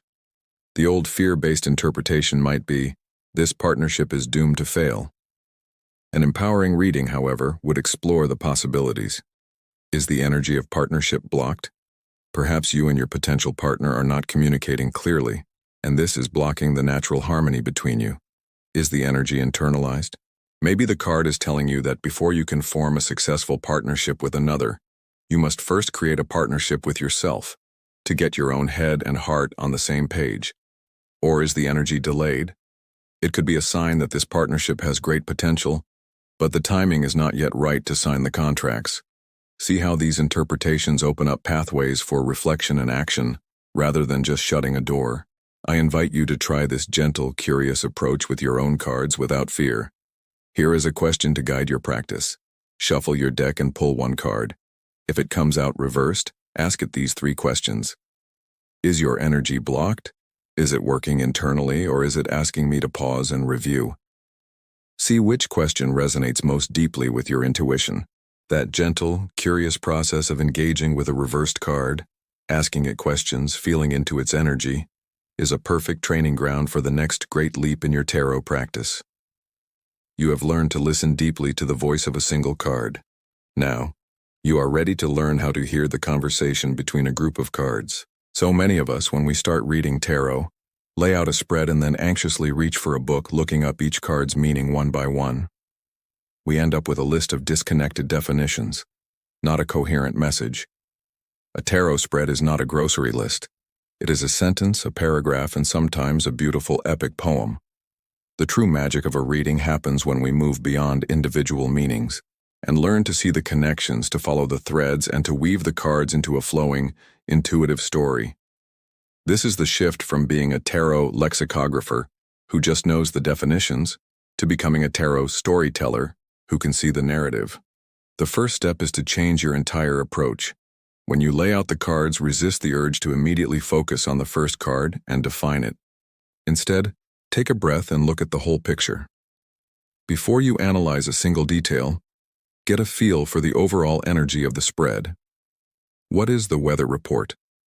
Is the spread dominated by fiery, energetic wands and bright yellow skies?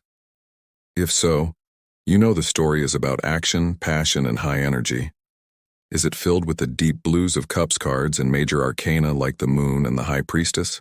The story is likely one of emotional depth, intuition, and subconscious exploration. Is it heavy with the gray, stormy skies of the swords? The narrative will involve mental challenges and the quest for a difficult truth. This first impression gives you the all-important context before you even begin to read the plot. Once you have the overall mood, you can begin to look for the threads that connect the individual cards.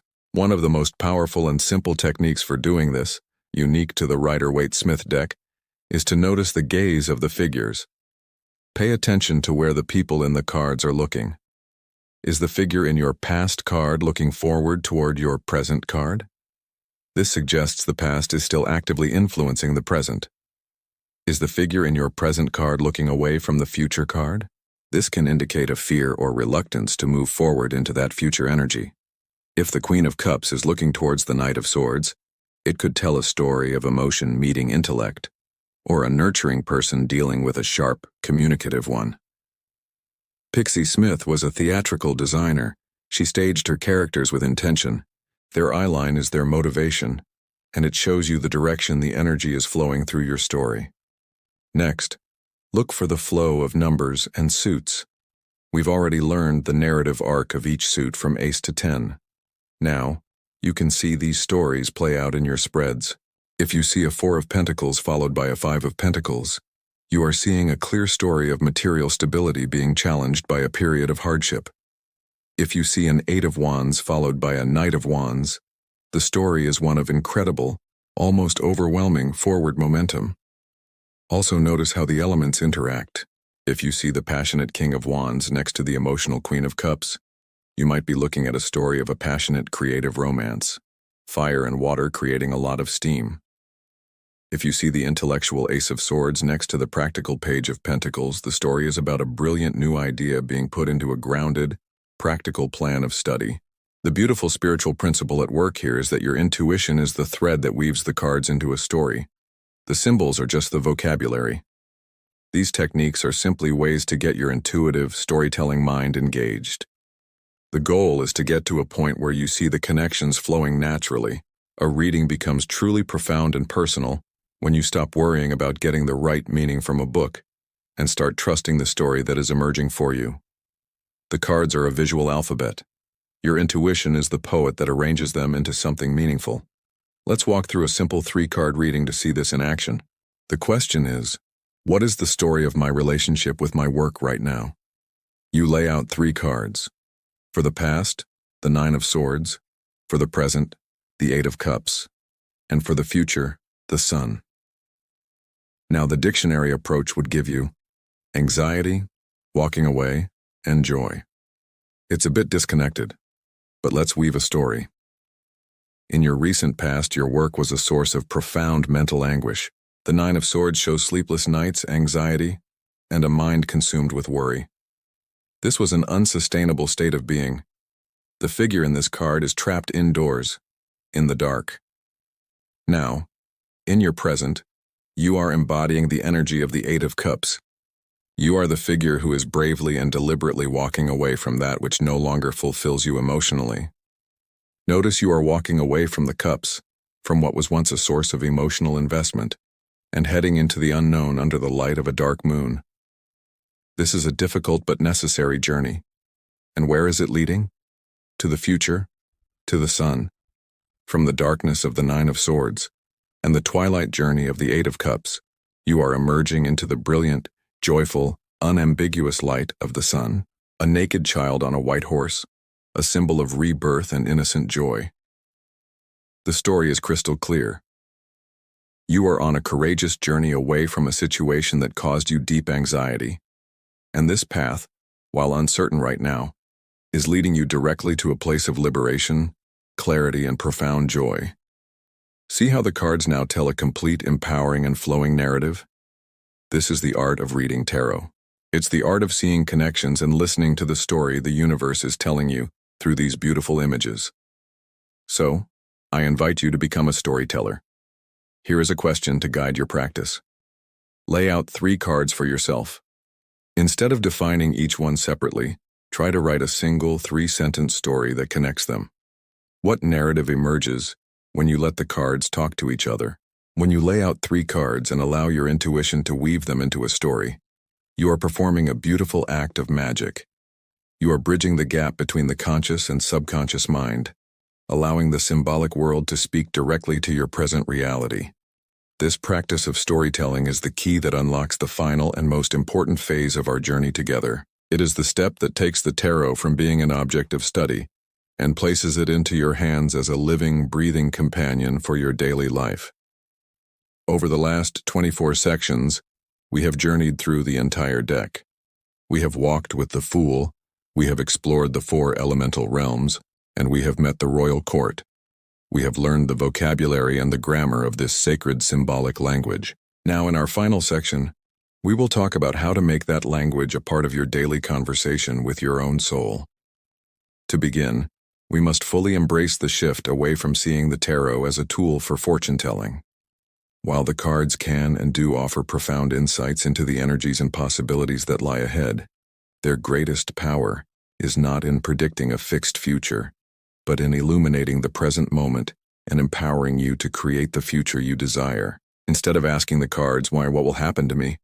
We learn to ask, what is the wisest energy for me to embody right now? Instead of, will I get the job? We ask, what aspect of myself should I bring forward to be successful in my career? This simple shift in inquiry changes everything. It transforms the tarot from a passive oracle into an active tool for mindfulness, a mirror for profound self-reflection, and a powerful catalyst for creative problem-solving. It becomes a way to co-create with the universe, not just react to it. The most powerful way to integrate this into your life is to create a small, simple ritual. The daily card draw is perhaps the most transformative tarot practice there is.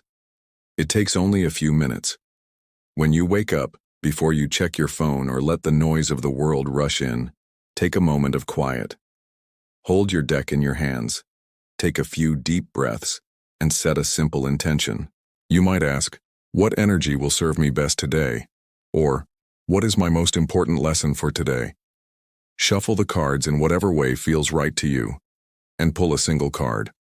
This card becomes your companion, your teacher, and your mindfulness anchor for the next 24 hours.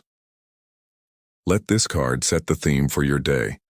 If you pull the Eight of Pentacles, it's a reminder to focus on your craft, to find joy in your work, and to pay attention to the details. If you pull the Queen of Cups, it's an invitation to lead with your heart, to be compassionate with yourself and others, and to trust your intuition. If you pull the Hermit, you know that you might need to carve out some quiet time for yourself during the day. The card doesn't dictate what will happen. It gives you a guiding principle, a lens through which to view your day and make more conscious choices. Another beautiful practice is to use the tarot for journaling. If you are struggling with a feeling or a situation, pull a card and use it as a journal prompt. Let the image speak to you. What does it evoke? What story does it tell about what you are experiencing? Pulling the Five of Swords might prompt you to write about a recent conflict, exploring your feelings about winning or losing. Pulling the Star could inspire a page of writing about your deepest hopes and what you need to heal. This creates a rich, ongoing dialogue with your inner self, with the cards acting as the perfect non-judgmental conversational partner. You can also use the cards for creative problem-solving. When you feel stuck, whether in a creative project or a life decision, pull a card not for a definitive yes or no, but for a new perspective. If you are facing a creative block and you pull the Page of Wands, the message might be to approach your project with a beginner's mind, to try something new and playful and to reconnect with your initial spark of passion. If you are wrestling with a difficult decision and you pull Justice, the card is reminding you to look at the situation with absolute honesty, to weigh all the facts logically, and to make the choice that aligns with your highest integrity. The beautiful spiritual principle that blossoms from these daily practices is this: the tarot is a conversation, not a monologue. Its wisdom unfolds through consistent personal engagement. The cards are not a static oracle that you consult only in times of crisis. They are a lifelong friend, a wise companion, a mirror that reflects your own inner wisdom back to you. The more you engage with them, the more you speak their language, the more their wisdom becomes a part of you. By creating these small, consistent rituals, you are weaving their symbolic language into the very fabric of your consciousness. You are training yourself to hear the quiet voice of your own intuition more clearly, not just when you are holding the cards, but in every moment of your life. Imagine you wake up one morning feeling scattered and anxious about a busy day ahead. You take a moment to pull a card, and you receive the Four of Swords, the card of rest and retreat. This doesn't mean you can cancel all your appointments. Instead, you use it as your anchor. In the middle of a stressful meeting, you remember the image of the knight in repose, and you take a moment to consciously breathe and find your center. When you have a break, instead of scrolling through your phone, you find a quiet place to sit for 5 minutes. That evening, you decide to skip a social engagement and instead take a relaxing bath to recuperate. The card didn't predict your day, It gave you a sacred prescription, a practical tool to help you navigate the day with more grace, consciousness, and self-compassion. This is the true gift of the Rider-Waite-Smith deck. It is not a book of answers that tells you your fate. It is a map of your own soul that empowers you to find your own way. It is a trusted friend that will always reflect your own inner wisdom back to you with honesty and grace. So as we come to the end of our long journey together, I invite you to begin your own personal journey with these cards. Here is one final question for your reflection. How can you invite just one card from this deck to be your companion for the next 24 hours? Not as a predictor, but as a wise and loving guide? Thank you for joining me on this deep dive into the hidden world of the Rider-Waite-Smith Tarot. We've journeyed together from the fool's first innocent leap to the world's joyful dance of completion. We've seen how the great story of the major arcana is a map of our own soul's evolution, and how the everyday scenes of the minor arcana give us the language to navigate our passions, our feelings, our thoughts, and our daily lives. We have met the court cards as different parts of ourselves and learned to see the entire deck as a cohesive, symbolic masterpiece. For the rest of this week, I invite you to meditate on this one thought. The answers you seek are already within you, and these cards are simply a beautiful language to help you hear them. Your intuition is the greatest oracle you will ever have, and your connection to this symbolic language is innate and powerful. Trust the stories you see. Trust the feelings that arise. You hold within you a profound wisdom, and these 78 keys can help you unlock every single door in your inner castle. That's all for today. Keep trusting your intuition, and I'll see you in the next one.